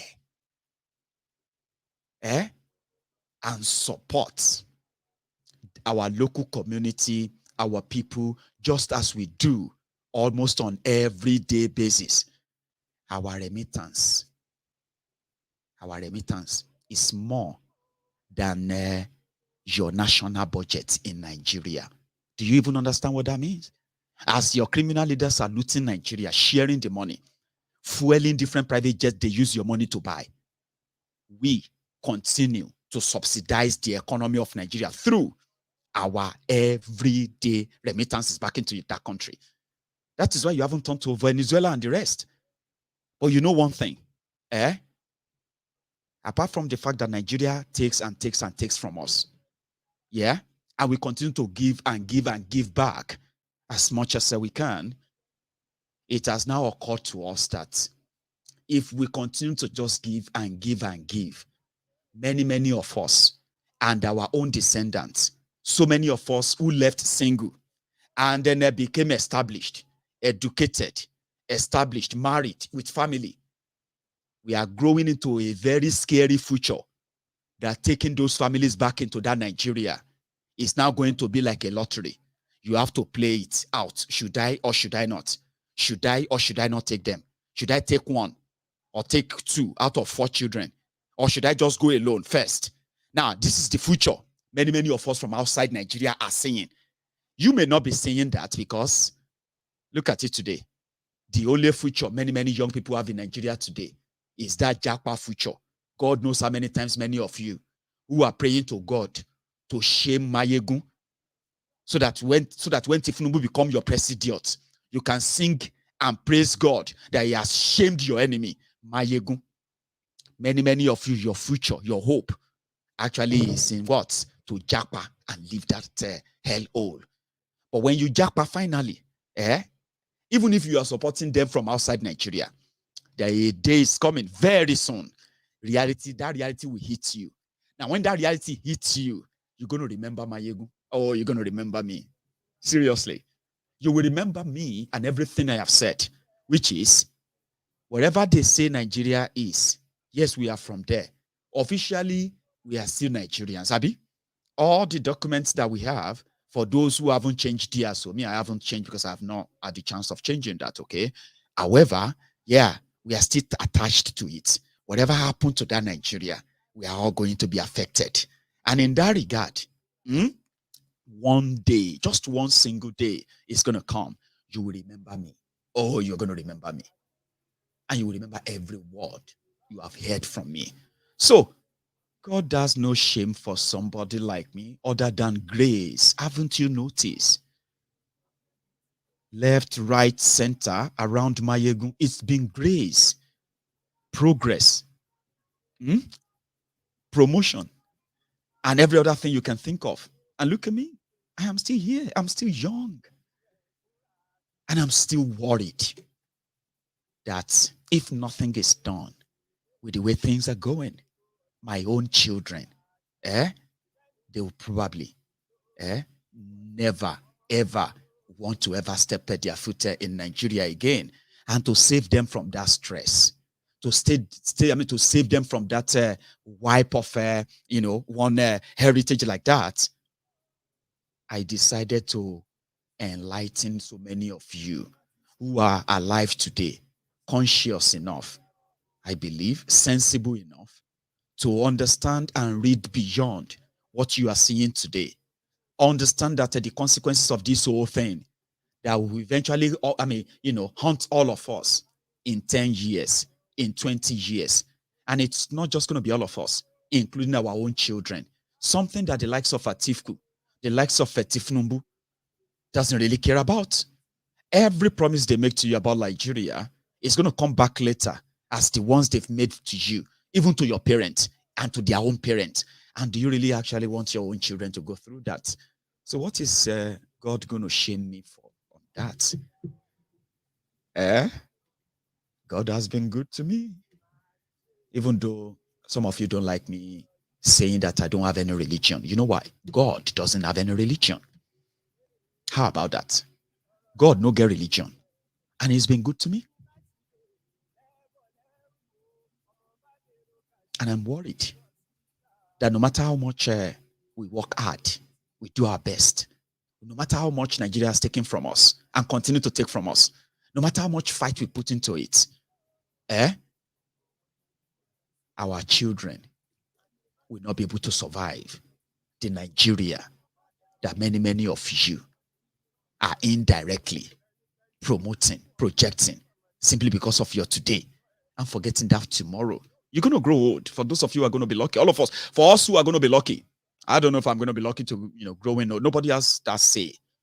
Just live healthy, be careful, don't run into debt, and possibly just enjoy your life. Live every day like it is your last. Do you know that? When somebody said that, I was like, wow. I was just about a 7-year-old boy when I heard that phrase for the first time. You need to, in fact, I didn't hear it. I read it. I was reading all these junk books and all that back then. I don't even know their names. But in one of them, there's a line that struck me. You need to live your life every day like it's going to be your last. You know what that means? That means you have to do what is right, do what is good, because you may never have another chance of doing that. You know that? And that's exactly how I live my life. I live it like it is the last. So that when you hear from me, there's something that you remember of Maiyegun. And you can live like that too. With that, all other worldly ambition, greed, selfishness that actually makes many of you want to keep up with your oppressors. And so many of you want to even be like them, forgetting the fact that your oppressors of today, they have their victims, which you are also included. Now, when you turn to the same oppressors tomorrow, there will also be others who are going to be your victims. So they are your role models, we know. But that is not the future. It is not for anyone. It's going to end all of us.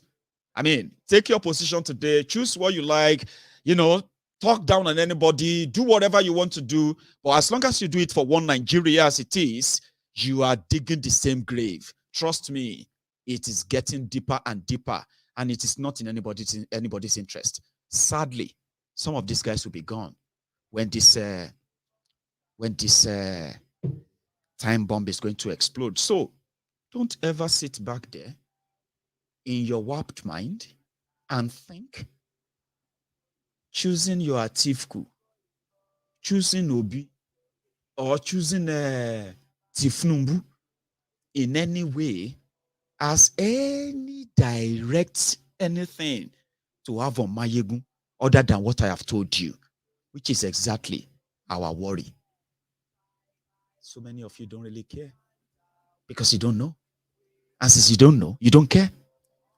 There are many, many of us who knows what are the time bomb that will eventually, if nothing is done, and that is if we don't stop the bleeding, let everybody go their separate ways. I will never stop telling you that. But guess what? I will also never stop encouraging you. All of you who want to save Nigeria. I will never stop encouraging you never to stop. You have to choke yourselves, sit on your necks, drag yourselves, because everything you do to yourself, in my book, they are textbook definition of a country that's truly is not one. It's a tough one to take in, and all the pointers are there, but trust me, every of your action, every of your utterance and utterances, they are like my own diary. The content, the ingredient to prove to so many of you who have been asking for the question or looking for the answers. Why is everything not working? Why is Nigeria not? Why? God, why? You should stop asking why. Just watch MaiyegunsDiary Politico and you will understand why. Then the next question is, would you still want same to continue? Or you would love to choose a new path? Now, at that point, right, that is where the choice is yours. I've done mine.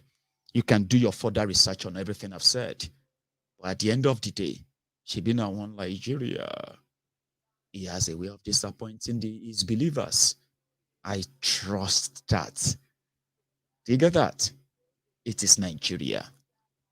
If you love Nigeria, like I believe I love Nigeria, if you love Nigeria and you love Nigerians, be honest, be truthful, please be sincere and say it. Say it with me.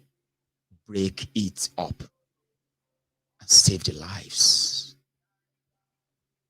Again, say it with me. If you love Nigeria, or maybe you don't know that it is actually an act of love to say, leave an abusive relationship, leave an irreparable relationship, leave a deadly, murderous, dangerous relationship, you are advised to stay away.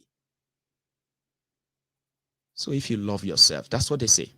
Yeah, if you go out there, they will say, oh, if you love yourself, If you really, really love yourself. See, my darling, please, if you love your life, you need to stay out of this relationship now. You cannot continue in this abusive relationship. It is not good for your mental, so your own mental health. It is not good for your physical health. It is not good for your economic health. It is not good for you at all. And all of this, once they become, crumbling, listen to me, you will have yourself all scattered.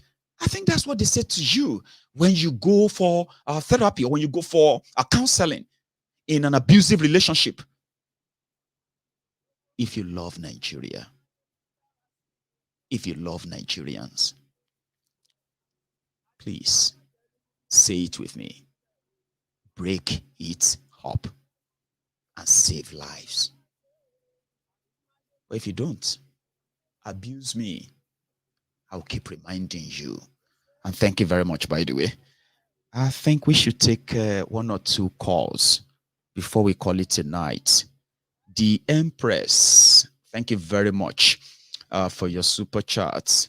I mean, you've always been that generous, and I appreciate you, just like I appreciate everyone else on this platform. So thank you, and don't go anywhere. When I get back, I'll take 1 or 2 more calls, and we can call it tonight. Whatever I miss, please help me or remind me once you call in. 1 moment.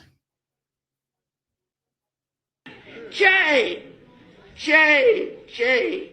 help us, help us. There is God, there is God, God, God, God, God, God, God. God should descend, today God will descend here. Nigerian women will not cry in vain. Nigerian women will not cry in vain. This thing will end today.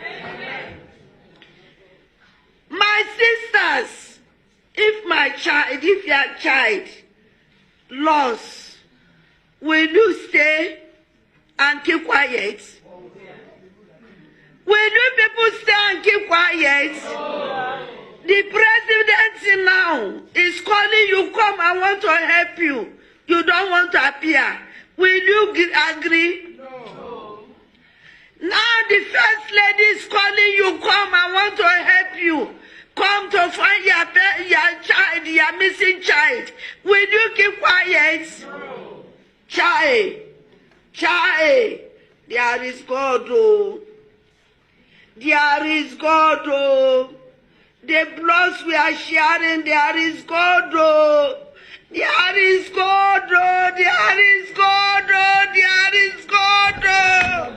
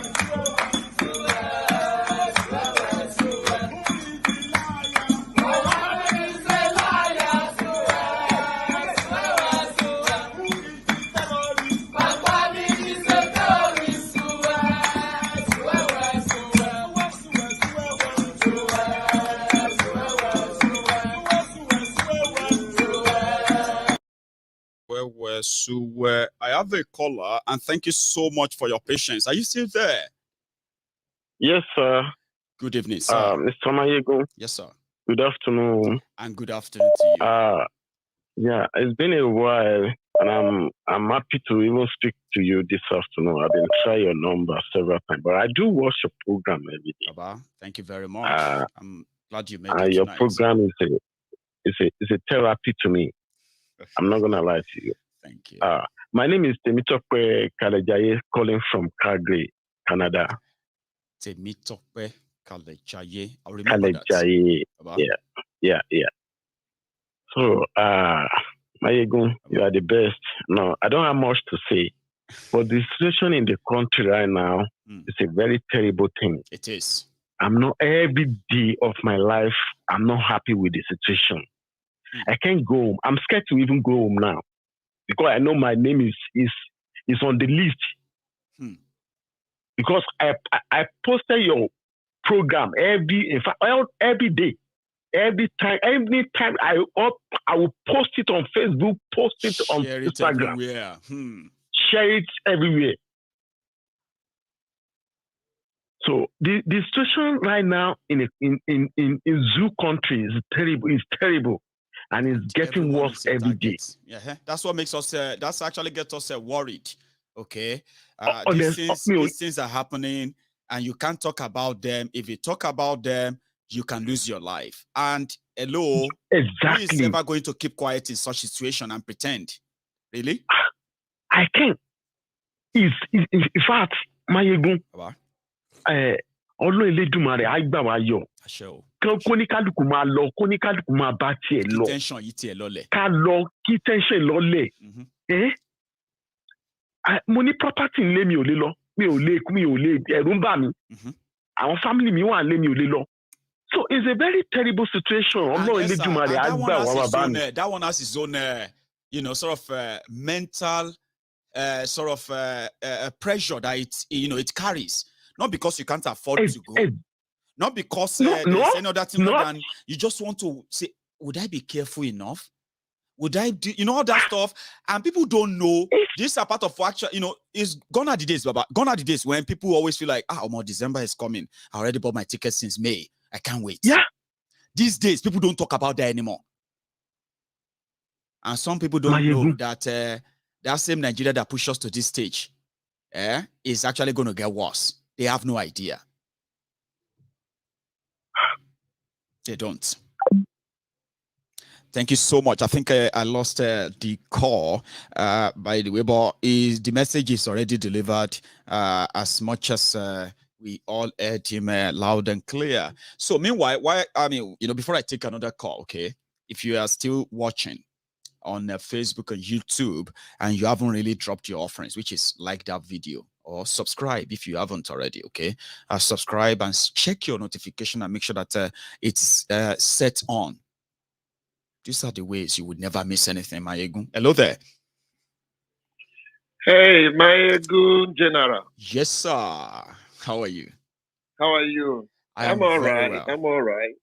Is that Ken? Yeah, Today is like you remember my name so much. What do you mean? I always take my time because most of the time I've got different voices that are always in my head, right? So sometimes to quickly put it in the data, like computer, which voice is this? Impatiently, I may say a different name, but come on. I know no, it's okay. It's okay. It's good. It's good. So I remember you. I do. How are you? Yeah. Good, I'm fine. Beautiful. It's always interesting listening. Yeah, it's always interesting. Some of these things, to be honest with you, it's not academic prowess, academic context. It's actually a gift. Right. There is this gift of articulation. People don't understand. It's a grace to be able to articulate and make something out of what every other person just overlook, So I thank God and for I think that it's practice as well makes perfect. Please don't go and watch my don't ever watch my 7 years, 8 years videos ago. Please don't ever look for them. Okay, you'll probably be like it's a normal thing. The more that's how life is. We get so better. Practice makes perfect. Yeah, life, but thank you. Thank you. Yeah. You see, one thing is very interesting when I listen and when we see, like I said the last time. Yes. Nigeria will provide you what to say. Yes. You can never get exhausted of saying something about Nigeria. That's why I told people never to make me a mono person. I'm somebody who is always everywhere. And I can make a conversation out of just anything. And everything. So if I begin to turn up here every evening, saying the same thing and again, now I go say, Maiyegun, wait, I beg, you know what? Can you give us something, and that will be so embarrassing. So I can't be mono, but Baba, at the dig, I'm with you. Yeah. I will really appreciate that. Thank you. It's very interesting when we look at Wike today shouting injustice. Mm-hmm. When we look at Wike shouting, what is the benefit of the South? What is the benefit of the River State? Nigeria has a way of giving it to whoever that stands to shout one Nigeria at the end. No matter how you try to do it, when the time comes, the owners of Nigeria from the north will tell you that, hey, we understand what we are doing. They will put you in your place. This Wike that is shouting whatever they agreed in their southern government. It's a Wike. He went to Anambra State in the old home of Peter Obi. He was bold enough because of politics to demean the man in his own state where he has been a governor, telling them that he has no political value. They don't need to waste their vote. He can never win. That's what he said. He said, you know, he cannot win. Do you think he can win? And people there were saying, no, he can't win. He can't win. I'm like, come on. Yeah, that is the point. You see, the same week during the EndSARS, he supervised the killing of only God knows how many people they killed in Obigbo. The same week who was doing that or who did that on the platform or on the condition that we are all one Nigeria, this country, we shouldn't split it or not. You did all that with defense of the Northerners. That's what he said. Yes. That they went to where the Northerners has a community in the River State and burn whatever, and it can cause ethnic war and all that. That was one of these reasons. Gave for attacking Obigbo. I remember. People. Mm-hmm. The same Wike is coming back now to shout, what is the benefit of the South? It's very interesting, my brother. It's very, very interesting. You see, let me conclude with this. One tragedy of a black man, not only Nigerians, I have discovered one tragedy of a black man is that idea of indifference. Being indifferent to the pain of another black person. Because when we are indifferent, just like Martin said, they came for the Jews. I feel indifferent. They came for this and that and blah, blah, blah. At the end of the day, they came for him. Nobody was there to speak for him. Nobody was there. So that is our problem. When this stupid Boko Haram thing started in the north, some of us in the south started shouting. We were the loudest. A friend that told me, Southerners were the loudest. Let them kill them. After all, they killed us during Biafra. I'm an Igbo man. But evil is evil. Because my people used to say, onye hụrụ ọkụkọ ebe ọ na-azọ nshi na ọ chụpụ ya maka na onwe onye ma onye ga-atọ ụkwụ ya. That means when you see a fowl stepping on shit, you need to pursue the fowl because nobody knows who will eventually eat the leg of the fowl. So these are the problems. When these people shouting Emilokon now, shouting Obi, shouting Atiku, the problem is the crumb they are receiving have made them to become indifferent to the general affliction of the people. And that has made them, everybody wants to become an empire of his own or an institution where every other person will be worshipping. Yes. For some of us now that are shouting, break this thing up and let everybody benefit becomes the people from the outside the box, and therefore we are called outsiders. So one thing, all of us asking them to break it up, the people who are tearing themselves apart, even though they are different, right? For one Nigeria, on that they are united, that anybody who is asking us to break deserves to be killed. That's a sad reality. That's it. Do you know why I say this is indifferent of a black man? I had a co-worker. I live in the States. I had a co-worker who came from Ghana and who is a pastor for that matter. You know, he said something that made me, I look at black people, I said, we have a big problem. I was complaining what is going on in Africa, how backward we are, despite all the blessings God has given to us. You know, he doesn't like that line of discussion. Right. You know, one day we got discussing this. You know what he said? What did he say? He said, you know what? Yes, actually, what you're saying is correct. But at times, God gives us opportunity. And I said, what's the opportunity? He said, God has given you opportunity to come outside here to work, that I can actually decide what I want to be tomorrow. I said, like, he said, of course, I can make my children go to better school. They can become whatever they want to be here. I can be comfortable. You don't have to and worry take about all that headache because there's and nothing you take care can of do my about family. it. Everything he was saying centers on my family. I look at myself, that is our problem as black people. Do you think that if the problem I have is only to take care of my children, I will be still working today and be struggling to? You think that is my problem?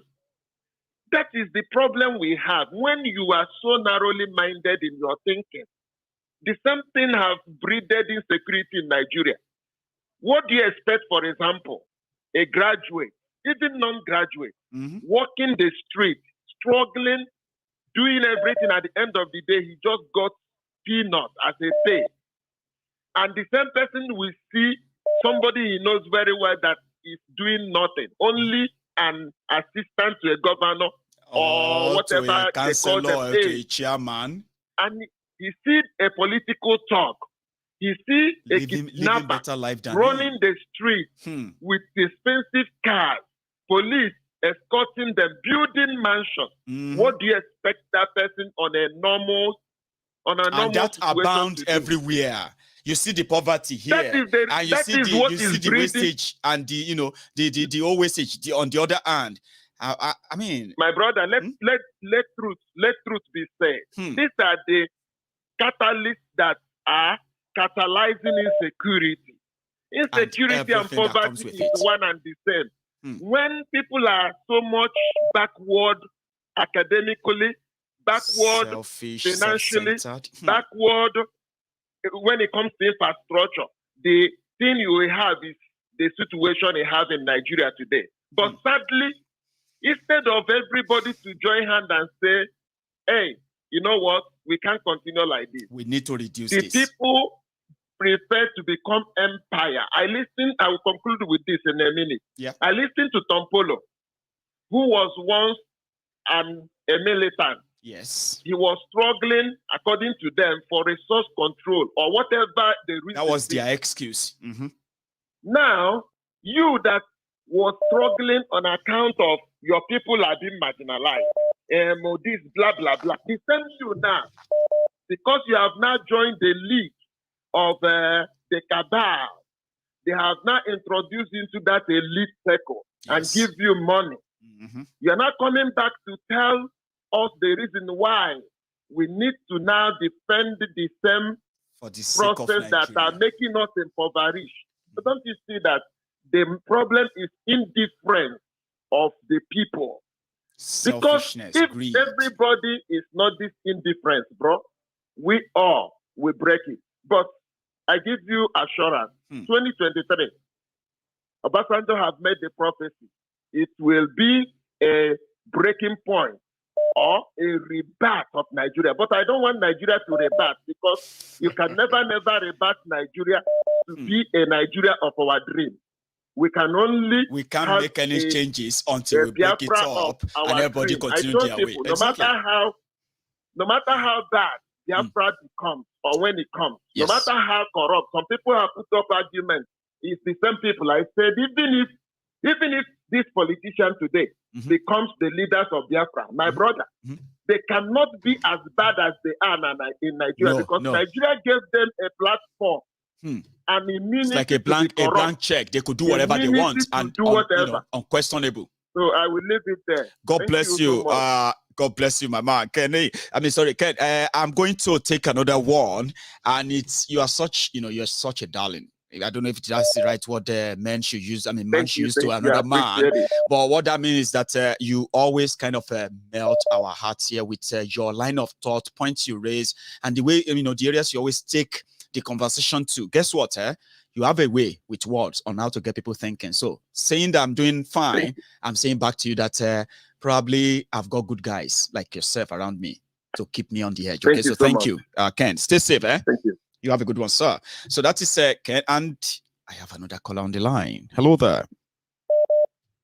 Hello, Maiyegun. Hello, sorry, Taluzoro. Musbao. My brother, Alpha. Gbogbo àwọn tí Ọ̀tà ni no. No. Èkó. Side Boleko. Èkó ni mo. Ní side mainland. Well, àwọn tí mainland ńkọ́. Musbao. Gbogbo wọn wá jàre Maye. Nice one. So you are with us this evening. So good to hear from you, Baba. Loud and clear. Everybody can hear you over there. Okay. Maiyegun jẹ́ kó máa bú èébú òṣò. Ológo ló ń bínú olóko èébú òṣò. Òṣò olórí burúkú ni wọ́n fún wọn lẹ̀. Oye adájọ́ wa máa sọ kò ní gbọ́ pé ọlọ́dẹ. That's true. Oye so òjèrí nìyẹn ẹ̀yẹn ṣàmà ẹ máa ṣiṣẹ́ ibi tí ń lọ ẹ máa bá ṣe yín lọ. My brother. Ṣé ẹ̀ ń tẹ́ wa lọ́rùn? Maiyegun o máa bá ṣe rẹ̀ lọ. Maiyegun o máa bá ṣe rẹ̀ lọ. Iṣẹ́ rẹ̀ máa tẹ́ wa lọ́rùn. Maiyegun o máa bá ṣe rẹ̀ lọ. Musbao kò ní bàjẹ́, my brother. Àwọn olórí burúkú ẹ̀ fún wọn lẹ̀ ṣe rí ìyà tó máa jẹ. Oye ìyà tó máa jẹ òun ló ń porí. Ọmọ porí tó bá máa jẹ kó kódà kó wọnú airplane ó máa jẹ kó yẹn. Àpadà bọ́lẹ̀ ń bẹ̀ kó bá gbé nǹkan bẹ́ẹ̀ ni. Àpadà bọ́lẹ̀ ń bẹ̀ ó máa jẹ kó yẹn. So ṣé gbogbo àdúgbò ọ̀rọ̀ tẹ́ ẹ̀ sọ fún wọn ó yẹ kí tí wọ́n ti ṣí ó yẹ kọ́kọ́ wọn ti ṣí ó yẹ kójú wọn ti là. Irú kẹ́ máa sọ fún wọn gan. Bàbá kí ni nǹkan tí mo sọ sí ẹ̀ẹ́dẹ́jọ́ tẹ́ ń wò mí yìí tẹ́ ẹ̀ lè relate pẹ̀lú? Kí ni gbogbo ọtí mo sọ lọ́tọ́ láti nǹkan yẹn tí majority wa ò lè relate pẹ̀lú one way or the other and say ọmọ mo relate pẹ̀lú nǹkan tí Maiyegun sọ yẹn ṣá ọmọ òótọ́ ni ṣá damn ọmọ like normal èwo ní èlé anybody lè relate pẹ̀lú for real Musbao. Kò sí rárá kò sí ibùdó gan tí adití tó bá gbọ́ àbí tí òye bá gbọ́ ó máa mọ̀ pé òdodo lẹ́nu yìí sọ. wá tiẹ̀ lè jókòó wá tiẹ̀ rò pé ok ọmọ òótọ́ dẹ̀ ni o. I mean, èwo ló wá fàjà láàrin ẹ̀ tí ò bá ń ṣe pé àwọn oníjẹkújẹ dàbí mo ṣe dà. Jẹkújẹ ni dàbí mo ṣe dà ẹmọ tara ẹni nìkan but ẹ̀yin sábà continue ṣẹ́yìn lọ ẹ máa bá ṣẹ́yìn lọ because even though kọ́ máa sọ fún yín ọ̀gọ́ ẹ máa mọ̀ pé yes this APC government wọ́n ti bá everything jẹ́ oye wèrè èèyàn ló máa lọ́kùnrin bẹ́ẹ̀ lọ. Musbao ká sọ̀tọ̀ fúnra wa bí ṣebí gbogbo Nàìjíríà lẹ́yìn wà. Our the monitor láti bẹ̀rẹ̀ every now and then. Okay, with the failure of APC, ṣó yẹ kí anybody ọmọ APC kankan anywhere ṣó yẹ kó feel offended pé àwọn èèyàn criticize APC for real o like any normal person ṣó yẹ kó feel offended. Àwọn ló tún attack anybody. Where's your father? Bàbá ẹ̀ ńkọ́? Ta ni bàbá ẹ̀? Ṣebí torí pé wọ́n ní shame ni níbi tó bàlú yẹn jẹ́ tó. But like you said, ó yẹ kó máa fọwọ́ bójú rìn bí tó ti bá kọjá kó yẹ kó tẹ̀ yẹ kó sọ pé ọtí ẹ̀fẹ́ lẹ́nu láti sọ níta ìpè àwọn tó ti bẹ́ẹ̀. Ẹni tó lójú lójú ń tì lọ́rọ̀ ẹni tó lójú lójú ń tì àwọn ò ní ojú tó ń tì bọ̀ síbẹ̀síbẹ̀ àníyé sọ Musbao my brother thank you so much. God bless you. Nice one, Baba. I appreciate you. Nice one, Koni, nice evening, So that's Musbao coming in to come and give me some level of moral boosting. Maiyegun, let them abuse you. There's nothing you have said that they cannot relate with for real. But they will soon realize all this, and eventually, probably I won't even be there. to cuddle them or console them when these sort of things start coming back. Hello there.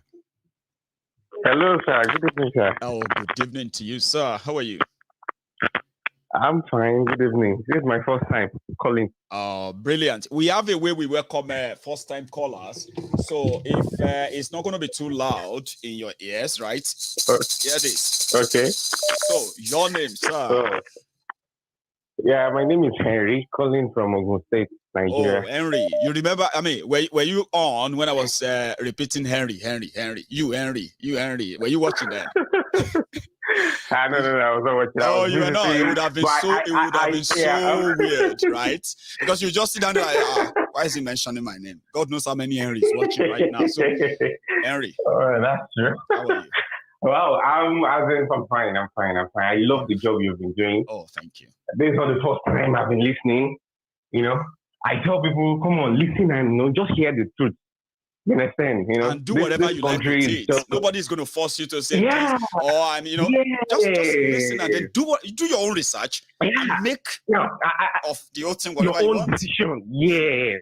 Now, the problem is that they've refused to tell us the history, and which is what we are learning. I mean, anytime I tune in, I hear this, I say, wow, all these things are happening, and nobody informed us about all this.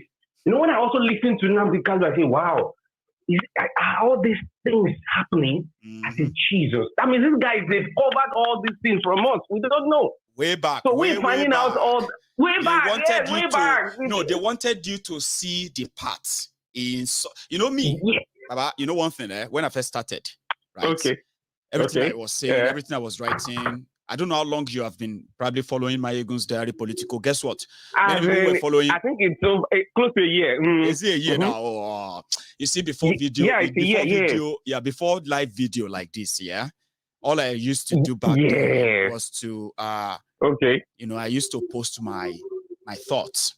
Okay, I would just wake up, and I was a very good writer, not a good English writer. Wow. I'm also good in English, all this stuff. Okay, but if I write with all the punctuation, the mark, and all of that stuff, you will love it. Okay, forget about the grammar. I could commit to, I committed all this grammar. I don't care. Or you both know if you write Yoruba, even if it teaches, even if you train as a Yoruba. Thing now, they can't. They can't. So back then, back then. People will tell me, and they will say, you need to be very, very careful. Your future is so important. What is all this nonsense? You just, every time you talk, you disrespect these people and all of that. Here you get. So, let them go to hell. No, I mean, they were like, the usual thing. They will say, your future is important. Why don't you care about your future? And wait till they send you, go abroad, go do be that. And the rest and all of that stuff. Here you get. Now, I never listened. I just do my thing. Whatever happens, let it happen. And the rest of that, okay? So when he now got to a stage, here you get. When he now got to a stage, people now got used to me. They now feel like, I mean, if this guy is abusing anybody, let's be honest, it's not abusing me. He's abusing politicians. He's mentioning their names. He's mentioning what they did.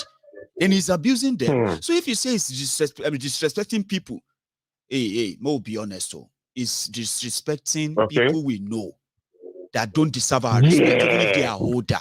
Yeah, they don't deserve our respect, even if they are older. They don't. So today, they don't, because they've messed up this country. Here you get. Today, many people like myself are now springing up everywhere, saying it exactly what it is like. Yes. And that's the message I've been preaching. I keep telling people, this country, it can't work. There is nothing we could do. It can't just work. Because if you look at the North doesn't like the East. If you look at the East, they're against the North. So whatever they've concluded or whatever they've done behind us, and Nigeria is doing everything right now. Nigeria is doing everything right now to ensure that the Yorubas and Igbos, no matter how much we said Nigeria has been in the last 62 years, okay, there is no record where Yoruba versus Igbos started fighting and killing themselves. But you see, this time, we want to ensure of that. And we are saying, Baba, saying, instead of putting us through all this trauma, Why don't we just let's go our separate ways? Yeah. I mean, even see, separate way they fear them.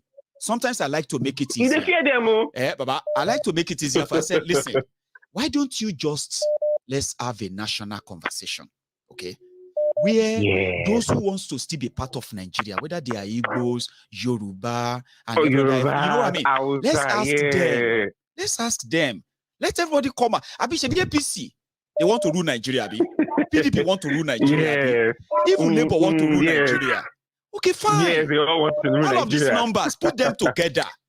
Let them decide and be part of those who don't want to be part of Nigeria. If they win, then we can set a new rule and say, okay, Yoruba, so this is the conditions that Yoruba signed up for to be part of Nigeria. Yeah. This is the conditions the Igbo signed up for to continue to be part of Nigeria. Signed up for this Nigeria. The Middle Beltans, this is the condition. Why are they afraid of that? they are afraid because when this happens, whatever they are talking from Nigeria will all stop. So they won't allow this to happen. So now gamble where they don't want play. They don't want risk. Now gamble. They dare not play that gamble. If they play that gamble, that's the end. But all their investments and what. You know one thing, eh? You know one thing. Those who are PDP, APC, and the Labour and the rest of them, you know, they will boldly tell you Nigeria doesn't have to break. Nobody is interested in breaking up of Nigeria for now. We just need a good leader. We just need good leadership. You know, they boldly say that. But again, they are all afraid. They are all afraid to even say, oh, yeah, we'll do referendum self. Oh, yeah, we versus those who won't leave. Because nobody trusts anybody. If they give you a chance to decide to choose between Nigeria and choose between Nigeria, Biafra, Nigeria, Yoruba nation, even Arewa Republic, if they say they should choose between Arewa and Nigeria, their leaders will be shocked that they will vote for Arewa. Yes, they will. Away. They will. So nobody they will because nobody. Baba, I beg, let me allow that calling. Thank you so much. Thank you so much for joining us. Okay, you have a good evening. I'm so happy that. And you too, sir. Thank you so much. Thank you too. I'm happy. You can see it on your screen. I'm actually smiling because when I speak to people from home, it's a different thing. You know what? You can it's a total different thing. Exactly. You can easily tell and say, Maiyegun, honestly speaking, you are saying the truth because you are talking from the angle where I have presented, which is to put you in the picture. But just wait. I'm in Ogun State currently. Yeah. I'm looking out from my window. Right. Everywhere is totally dark. There is no light. It's either you're on generator or you have a solar panel that is powering your house. So if I come out like this, I say, come on, what kind of country is this? I look at everywhere is just pure dark. You get apart from those few. And before you go to bed, Baba, imagine, before you now go to bed, before you say good night to us now. So imagine for a second, right? After there's no light. Okay. Possibly you have managed, whether you are using an inverter yourself or what is it called? I mean, what is it called? Solar or a generator. I had to run a generator for some hours. After that, I switched over to solar. To make us let's sleep without as you said, mosquito and rest of them. Right? For a second, right? Okay. Look at this. Okay. This is what you're going to. This is your takeaway now. This is your takeaway, okay? For a second. Now imagine after going through all that stress, you know what is going on. Wow. Now you now come on social media, and you are using the last battery after charging your phone, everything, and you spend like 1 hour calling Maiyegun a liar. But you know there is darkness outside. You know you use your generator first, then your solar. Baba. People do that to me. People do that to me on this platform. They are here calling me names, right? But when they look outside, darkness. Baba, I can take pictures. I'm looking at from my upstairs. I'm looking at everywhere. So I think we go call that one. If you call that one mental ornament, they are crazy.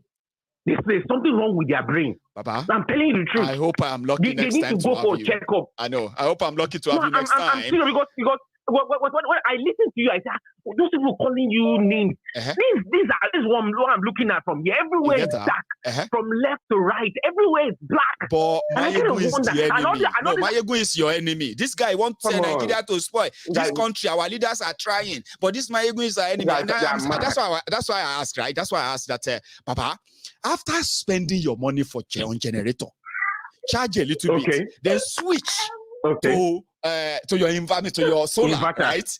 Then you see Maiyegun, you say, Yes. again. Let me come. Shut up your mouth. You are enemy of Nigeria. Our leaders are trying. But what you go call down if you find out that people are doing that? No be crazy. No, serious. When I listen to you, I say, who are these people talking this? No. I kind of wonder, I say, God. It's just when I drive out, I see people suffering. I see people going through hell. I say, living in denial. The roads are bad. No, I'm telling you, if you come to Ogun State, you will cry for Ogun State. I'm telling you, the roads are all bad. Yeah, and finally, right? Let's even we've seen the limitation. Okay, now I told people, I said, normal. If this is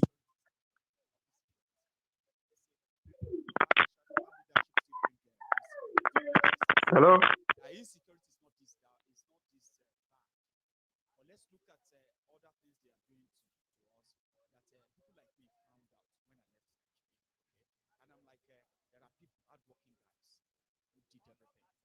They invested so much in themselves, trained themselves on so many things, right? They work hard for their money. But when that money gets into your hand, it becomes valueless.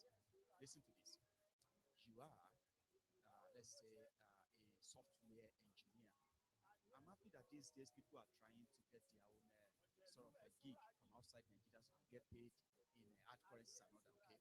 Now, you are a website developer, a technological engineer and all that in Nigeria, right? And you have means of cutting your teeth, okay? So you ended up in the hands of what do you call it? You get paid. Now when that your naira is paid to you, let's say you have a job where you get paid 500,000 naira. So somebody who is a young person in Nigeria earning 500,000 naira, that's a lot of money to him. Wow, that's some good pay. But it's worthless. The economy is rigged.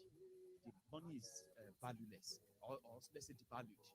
Now, somebody in the UK who is a software developer, engineer, like that, he will tell you, I rake in minimally every month £5,000.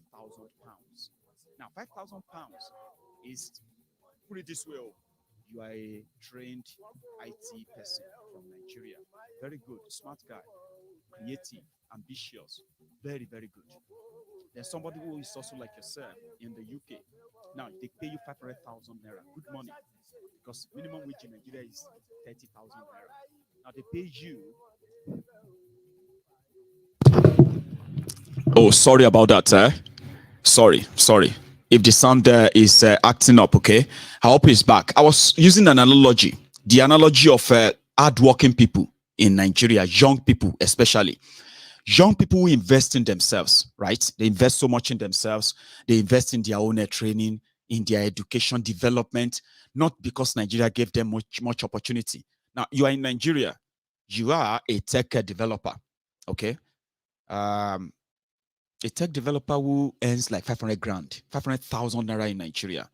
Meanwhile, in Nigeria standard, that's a lot of money. But it's actually nothing. It's no money at the end of the day, because politicians have devalued, their corruption, their incompetence, and every other thing that they have done to bring you down as a people and limit your opportunities in Nigeria. So that 500,000 naira is valueless, because for that same position, possibly for that same job, for somebody who is of your age, who lives, let's say in the UK, he or she will likely tell you, oh, I make 5 grand, I make 10 grand. Now, don't let us put it that high, okay? Let's say an ordinary tech person or a tech trained person in the UK, like yourself in Nigeria, right? Rakes in 5,000 or 4,000 pounds in a month before tax, 3,500 pounds after tax. Put it that way, or let's say 3,000 pounds after tax. Now, 3,000 pounds in your money in Nigeria, when you begin to change that, that's about 2.5 million naira. Now, put it this way. Limited opportunity. What they are doing and how what they are doing is affecting you as a person. Why you can't really live a standard life. Why you can't buy a new car, a brand new car, live in a decent house. Even with your 500,000 naira, SARS will still be chasing you. You still have to be so careful of the policemen who are going to be worried that you are a Yahoo boy and all that stuff, okay? And immediately they identify you as a Yahoo boy. Even other young people around you who are the victims of the poverty created as well, will agree you are likely a Yahoo boy. But somebody of your age, of the same knowledge like you, but of different climb, is progressing. She's progressing steadily, advancing, and making enough money to further retrain themselves to get better, while you have to battle the characters around you, the government officials around you, this entire system that is put together against you. And before you know it, in 5 years, your peer who lives in a different clime with no bottlenecks like what Nigeria is to you, she's gone enough to probably start her own firm. Now she's talking about millions, investment from investors who are going to invest in his or her ideas. You are still in Nigeria, right? Looking for who is going to, when is PDP going to need a website developer? When they will need somebody to come and do a formatting for them in a cafe, internet cafe. When they will need somebody to come and install new new desktop in the office, in a place. So that's how Nigeria affects you. And that's something that people like us found out when we left Nigeria. We realized that when you leave Nigeria, things you pray for. Father Lord, I'm going home tonight. God, I want to get home, and I just pray that there's light. Father Lord, let there be light when I get home tonight, God. Because I'm so tired, man. I need that light. And I mean, God, dear Father Lord, let there not be any traffic on our way home tonight. Oh, Father Lord, please make sure that the mosquitoes are on strike tonight. Oh, Father Lord, please, I pray that, the buses we will not have to tear ourselves up to get the mass bus this morning. And all those things you pray for, Father Lord, I pray that my boss will love me. God, I pray so that my boss will love me.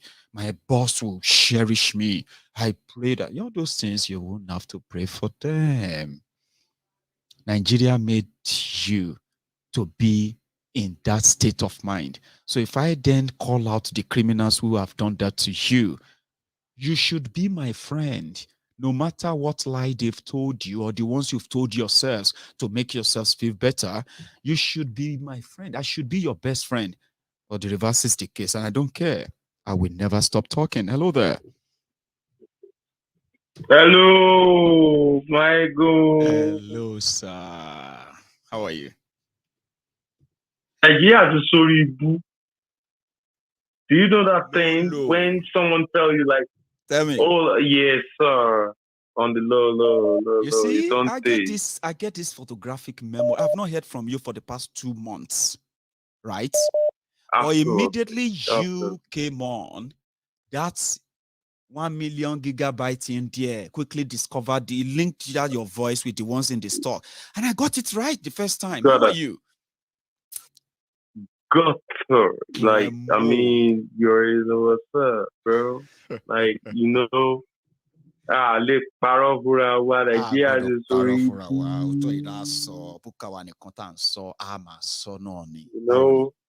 I'm so sorry that I was consistent, but did you travel? I just I'll be forex trader like that. On the low, on the forex thing, about the trade, I swear to God Almighty who made you and I have to be on the market. So, it's always, you already know what's up. But on top of this Nigeria matter, I'm still on it. We are not going back. Now, go on, Baba. You Banison. Kilo day. Man. I don't know about the other topic, what you might have discussed about. I trust you. You are always current. We were just reminding our people that a few weeks ago, right? It was a Milokon everywhere. And so many people decided to own it because it's a Yoruba Baba word. Okay. Now, Baba Okay. So you get yeah. Now, Atiku just came out to remind the North that the Northerners need a trusted Northerner. But the one that is Julius Baja, bridge builder, which Atiku is a qualified candidate. So as we speak, he also told them they said the Northerners don't need Igbo president or Yoruba president. They need a Northern president who can build bridges across Nigeria. Now, so unifier should the Julius Bajani. Divider. Look, imagine this kind of motherfucking stupid, idiotic statement. It is what when we already know. Idiotic. Sure, our people, don't they put some, I don't know how to say, like, they need to put some kind of like any mask in front of your face and cover it. They are so stupid that they can't even identify their stupidness. And they are they so use the same old format. You know what they pay me? Is that I mean, it's not hard though. Now the same old format. And this same old format of we will do this for you. Don't worry, we'll do that. Oh, we're gonna do this. Oh, we're gonna give you that. That same old format, Baba. About 23 years, You see the work. Bro, now people see the queue. Now they see they listen to Ramo. Yeah. Hey? Yeah. I'm worried. Yeah, stupid people can still listen to that. I'm so sick and tired of that. So now think about it. That this same person, I don't want to talk about PDP or politics, but let's go deep into it though. I mean, if you can't think about that, this same man, Atiku, who is claiming to be a unifier, who is claiming to be a restructurer. Baba, no. Everywhere where you go, it burn them down. Thank you. As it be so, Thank you. After he got the ticket, it can't be like say, Baba can't carry fire blazer everywhere burn now. PDP nowhere, and you know it. We all know it. So unifier TD, fire. Fire. So now the idiot, how you go come claim, tell us like how you should be not president candidate, not DG, not and all. And these were the things what Wike, even though in his own whatever, like, you know, but all she try best here. Even though they are all stupid idiots. Made them hold themselves for jugula like that. You see me, as it be so, they say there is no time for peace. And there is no peace for the wicked. Sure you get. As it be, any small thing now violence here and there.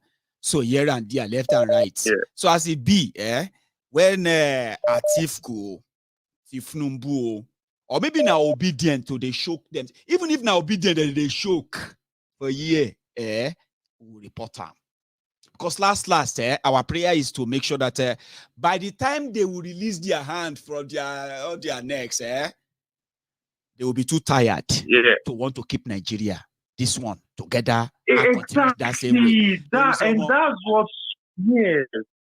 That's what we are pushing for. It's the matter like, of time. Let this same thing towards the Sevu, Afa, Kalu, Efomwe, Sidle. The big judge, you know, is your own same judge who discharged this guy. Okay, he was not acquitted, but no one way or the other.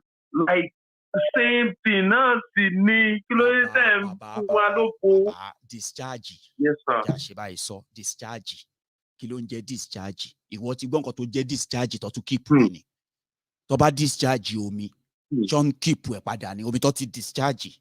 Possible they keep omi yo san jáde pẹ̀lú ògo Ọlọ́run. Bó jẹ́ omi ratibi náà ni tó bá discharge ṣó lè pé padà ni. Láíláí. Court ní discharge. Ẹni hold díẹ̀. Ṣé kò ti contrary. Discharge.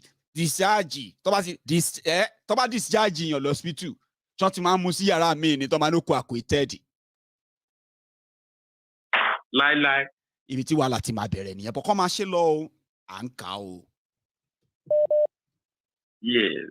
You know, I mean, for me personally, Nigeria, you know, like, I don't go more for around, divide this thing. I say, so restructuring more. Restructuring can't work. Give us our nation, Biafra nation, And Tuoba fell. Listen to my words carefully. Tuoba fell. Arewa. Tuoba fell. Awolumo. Oh, Mom, But I'm so at happy this you mentioned point, that. I'm so happy you mentioned that thing now, right now, because usually, Arewa also usually, yeah, agitating. Not one among them. Baba, usually, They are also agitated. and now, Like you know, the you that video. Arewa Okay, youth. like I said, I don't know, maybe you joined us late from the start. Yeah, there was this Arewa who asked a question from Atiku. In that question, he said, "I am asking you this question as a northerner, not as a Nigerian, because all we have been hearing is Yoruba nation, Igbo nation. Me as a northerner, he didn't say Arewa nation, but he's saying that I'm asking you that, do you really think I can still feel like a Nigerian in this Nigeria when we all know that everybody doesn't take their own space?" Make I play you that video quickly before we wrap it up tonight. Yes, sir. Do it. Listen, yeah, listen. Just oh, hang on. I think oh, sadly, I've put that off. But however, that was the question. So they are already in their own mind too. Know that it is a matter of time. Everybody will still have to go. Now, these politicians who won't lead, now them they force us together. But for how long? For how long do they think they can hold everybody together under this arrangement? How long? Bah, mi sebi queen is a cool by queen is a cool. Kí ni wọ́n tún dúró dé? Sebi queen tí wọ́n parọ́ mọ́ tẹ́lẹ̀. Alájà ó ti kú. Oya prince is wọlé. What's the next step of action? Let's be real to ourselves. Like, Nigeria can never work. Wo gbogbo àwọn pipeline. Apá àkàtẹ̀ máa sọ pé gbogbo jìbìtì tí wọ́n ti lù wá. Yankee, United States of America, came out with the procedures, with the words, and they came out plain and clean. If you want to dependently, so now we depend on oil. Now they came out on Arise TV. It was made public. Rufai, also please make it and put it on the public domain. The guy said, yes, I will do it. So on that same note, you received 2 million barrels of oil. Oil that dependently is being released to the Yankee Nicola answer you. This money is amounting to more than 300 million, not naira, dollars. 300 million. So now, yes, sir. Yes, this is confirmed and analyzed and real. And this one, not only Yankee, India, they inside the list. Yeah, China, they inside. Where they collect the toll. They Thank can't you, tell sir. us who are the Thank collectors. You, sir. The only ship that they finally show no, us that they tell us the collectors. So, oh, have they mentioned them now? Yeah. Exactly. The people collecting they the stolen told us from Nigeria. Right. Thank you, sir. Thank you. Mm-hmm. Yes, you have to follow it. Make a research on this and make a program on it. Mm-hmm. You will be surprised.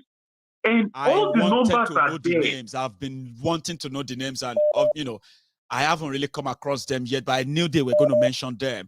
That's why I said something earlier when I said something about the ship they burned. You remember that vessel they burned? I said that could have given them. I know the vessel from Ghana. So where they've taken the crude oil. But now that you've mentioned it, I'm going to go look it up and I'm going to give our people updates on that. Please go to look inside this. I'm telling you the truth, bro. No be say myself go, I feel beat my chest. Stop say this. Don't worry, you don't give me hints. Now when I come back with details, I don't give you hints. Then you and go then say, you will make a research on it and you I will come back with details. And the funniest thing about this is like this guy was a former House of Assembly member. He came on Arise TV. He brought the papers on TV. After bringing all these papers and the amount and money and everything, he said, see, my guy, Atilano, Attila know, and we are fucked up. And now they are telling us to show. Clemo, you know the most scary part? All of Yes. the crude oil they've stolen from Nigeria and the money they made from them, all this money have contributed to the, to the influx of different arms and ammunition into Nigeria, sponsoring different crimes here and there. And all of this, small arms and ammunition here and there, they are not spelling any good hope or future for Nigeria. Just doom, a Somalia in the waiting. It's just a matter of time. Absolutely. Because these guys have access to real money. I mean, we're talking about real money. Crude oil money. And nobody knows who is holding what and how much they've stolen. And you get to know that Nigeria has a future. Well, I will wait to see it. It's no, don't go to the future thing, futuristic or thinking about Nigeria have a future. Forget about it. If you don't get it, forget about it. The fact is like, see, on this current state where we are, Nigeria cannot hold. And the people who are holding it together, right? Nigeria cannot hold, but there are some Western world holding it together for their own benefit, which cannot sustain. It can be sustained. Now, we say we ourselves, we have to surgery, and we have been sleeping for years because we don't have details to the fact. If people, the normal Nigerians, have facts, then go don't yari docile or so relaxed, but exactly. And being like yeah, wait till be this guy name from Oshodi. They talk say he won't meet 5 million back. People will be like, what the fuck, stupid you, idiot, get out. You know, but people are still kind of like being idiotic, ignorant, and believing in the choice. Clemo, some of these people will choose that by choice. Yes, you are right. Greed, by choice. Just me. What sorry, by choice. There are many. By choice, because by choice. Exactly, because on the more actual fact, like Nigeria already have broken, but people are still ignorant about it. Like, we have to unite, but it's impossible. And that's why, our petition is there. Yes. We have it in front of United Nations. They have it. Imagine the injustice done about Kanu. This is, the lawyer came out point blank. Like, this fact is there. You can't bring someone unjustified from Kenya and then bring him to the court of law. Now he did the level of appeal. They're mad. Exactly. And afterwards, he will go to Supreme Court because Nigeria no agree. They don't say they won't bring him go Supreme Court. Afterwards, we all know what will happen. So, Thank bro, you so much, Baba. It's good to have you back, and I hope we'll be lucky enough to have you from the beginning of the program, and you can do this again. So thank you, Baba. I appreciate your time. I'm going to see you some other time. Okay, stay safe. That is our own one and only Clement. So he's probably in America. He's in Canada somewhere. It's not in Germany, or is it? I don't know. You can't tell, but there's something you can tell. His voice. He hasn't managed to disguise that yet, and I hope he won't ever do that. My time is up, and I appreciate your time with me this evening. I've done my part as usual, and then you should do your part too. Don't take everything I told you, hook, line, and sinker, okay? Do some researches as well, okay? Do some crossword, cross-check, all that stuff. You'll be so amazed at what you will find. I have only shared what I can remember. Some of them I never shared because I didn't remember them. But the few I shared, they are enough for you to understand better what Nigeria has for you. Look at these guys. They are your options, Abi. The other one is Obi Abi. All for one Nigeria. Look around you. You're getting the same of the same. The only thing you have that can be different is when you begin to tell them, no, we don't want to be part of this anymore. And you mean it. They want look the likes of Obasanjo.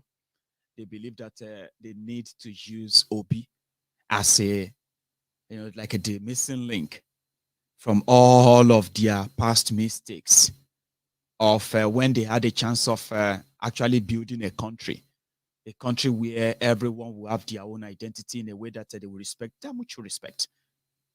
Something you find in a country that has a multicultural, multi-traditional, multi-ethnic nationalities like that.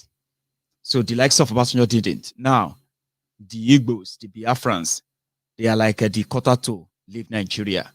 So the likes of Obasanjo and co, before they die, maybe they feel like they should just use Obi to heal the wound that they actually caused.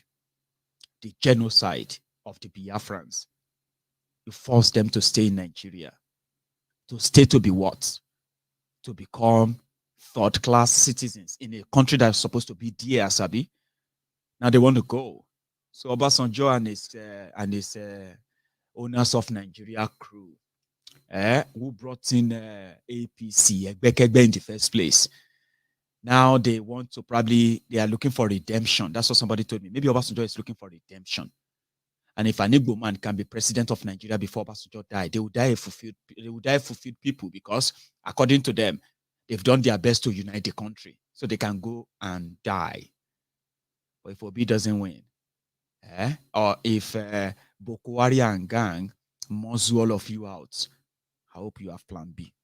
My own plan B is to report your revolution. Don't fail me. And I will see you some other time.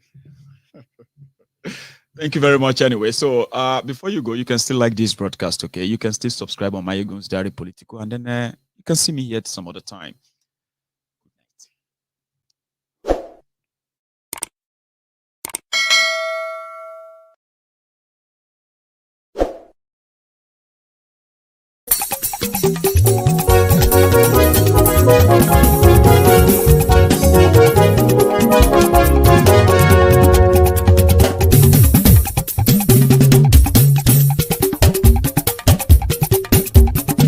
Maiyegun làwa mọ̀ làmọ̀ tó dòdòdò. Maiyegun Diary, Maiyegun number one. Maiyegun làwa mọ̀ làmọ̀ tó dòdòdò. Maiyegun Diary, Maiyegun number one. Maiyegun ti dé o, ọ̀rẹ́ ará ìlú. Maiyegun Diary, Maiyegun number one. Lórí Facebook, lórí YouTube. Maiyegun Diary, Maiyegun number one. Gbogbo bó ṣe ń lọ ni Maiyegun já wa sí. Maiyegun Diary, Maiyegun number one. Àṣírí ọ̀jẹ̀lú kì í bò níbẹ̀ o. Maiyegun Diary, Maiyegun number one. Bó bá ṣe eré, àní Maiyegun máa wí. Maiyegun Diary, Maiyegun number one. Ó sì tún ṣe eré, wàá gbọ́ níbẹ̀ o. Maiyegun Diary, Maiyegun number one. Maiyegun Diary, Diary Politico. Maiyegun Diary, Maiyegun number one. Godfatherism kò sí lọ́rọ̀ Maiyegun. Maiyegun Diary, Maiyegun number one. Ẹ farabalẹ̀ sẹ́ o, kẹgbọ́rọ̀ lẹ́nu o. Maiyegun Diary, Maiyegun number one. Àní Maiyegun làwa mọ̀ tó dòdòdò. Maiyegun Diary, Maiyegun number one.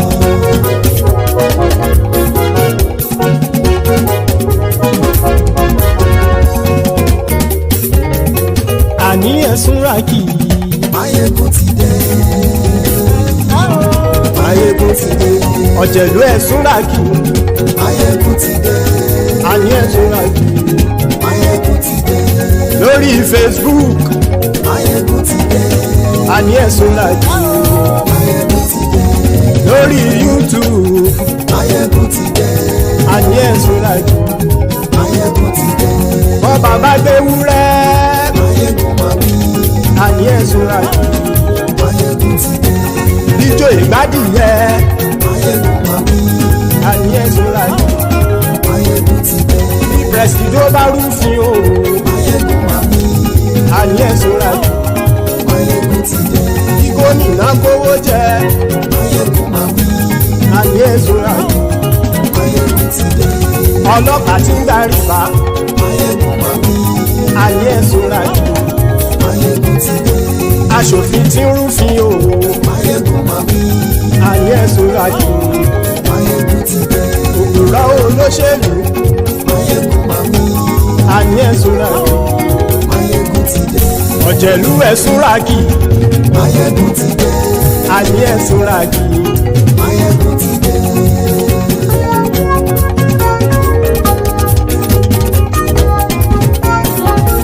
Maiyegun ti dé. Gbogbo ọ̀jẹ̀lú ẹ̀sùn ra kì. Maiyegun ti dé. Gbogbo ọ̀jẹ̀lú ẹ̀sùn ra kì. Ṣùgbọ́n ní bá ti ṣe èyí tó yẹ kí wọ́n ṣe, ọmọ bá dèrò ní fi wọ́n níran o. Maiyegun ti dé. Gbogbo ọ̀jẹ̀lú ẹ̀sùn ra kì. Maiyegun ti dé. Gbogbo ọ̀jẹ̀lú ẹ̀sùn ra kì. Ṣùgbọ́n ní bá ti ṣe èyí tó yẹ kí wọ́n ṣe, ọmọ bá dèrò ní fi wọ́n níran. Wọ́n fowó bẹ́ẹ̀ o, Maiyegun ó sọ pé wọ́n ò bẹ́ẹ̀. Wọ́n fowó bẹ́ẹ̀, Maiyegun ó sọ pé wọ́n ò bẹ́ẹ̀. Oníkanṣá ti ṣe èyí tó yẹ kí wọ́n ṣe fáwọn ará ìlú tó gbé wọn débẹ̀ o. Maiyegun ti dé. Gbogbo ọ̀jẹ̀lú ẹ̀sùn ra kì. Maiyegun ti dé. Gbogbo ọ̀jẹ̀lú ẹ̀sùn ra kì. Ṣùgbọ́n ní bá ti ṣe yìí tó yẹ kí wọ́n ṣe, ọmọ bá dẹ́rọ̀ ò ní fi wọ́n níran. Kì máa yí ṣe eré, ọ̀rọ̀ yìí kì í ṣe ẹ̀fẹ̀. Kì máa yí ṣe eré, ọ̀rọ̀ yìí kì í ṣe ẹ̀fẹ̀. Ẹni bá ti lè lẹ́bọ̀ lẹ́rù o, ọmọ bá dèrò kàṣà ìtú wọn síta. Maiyegun ti dé. Gbogbo ọ̀jẹ̀lú ẹ̀sùn ra kì. Maiyegun ti dé. Gbogbo ọ̀jẹ̀lú ẹ̀sùn ra kì. Ṣùgbọ́n ní bá ti ṣe yìí tó yẹ kí wọ́n ṣe, ọmọ bá dẹ́rọ̀ ò ní fi wọ́n níran. Tẹnitẹni ọmọ Maiyegun ọ̀rẹ́ ara ìlú mọ̀mọ́ ni mo fọlọ́hún ṣọ́ ẹ̀ bá kìlẹ́bù. Lóòótọ́ olódodo ìlú ọ̀tá ìlú mọ̀mọ́ ni ìwọ ṣá máa ń ṣọ́ra kò sì mọ́ bẹ̀rù. Bọ́tà ń lè rí bóníṣègùn lé káwọn mọ̀mọ́ fi ṣera wọn ni ó ti dẹrùn tí wọn ò gbọ́dọ̀ sì mọ́ bẹ̀. Èèpo ọ̀bọ lọmọ bá dérò tàjẹ́ ò gbọ́dọ̀ jẹ́, ó ti dọba lórí abínú ẹni kò sì mọ́ fòyà. Àìsíwọ́lu ní ẹnìkẹ́ ìgbódì ẹyin lábàrá o, ó kó ẹni tó bá dán wò á kàmù. Maiyegun ti dé. Gbogbo ọ̀jẹ̀lú ẹ̀sùn ra kì. Maiyegun ti dé. Gbogbo ọ̀jẹ̀lú ẹ̀sùn ra kì o. Ẹni bá ti ṣe yìí tó yẹ kí wọ́n ṣe, ọmọ bá dèrò ní fi wọ́n níran o. Maiyegun ti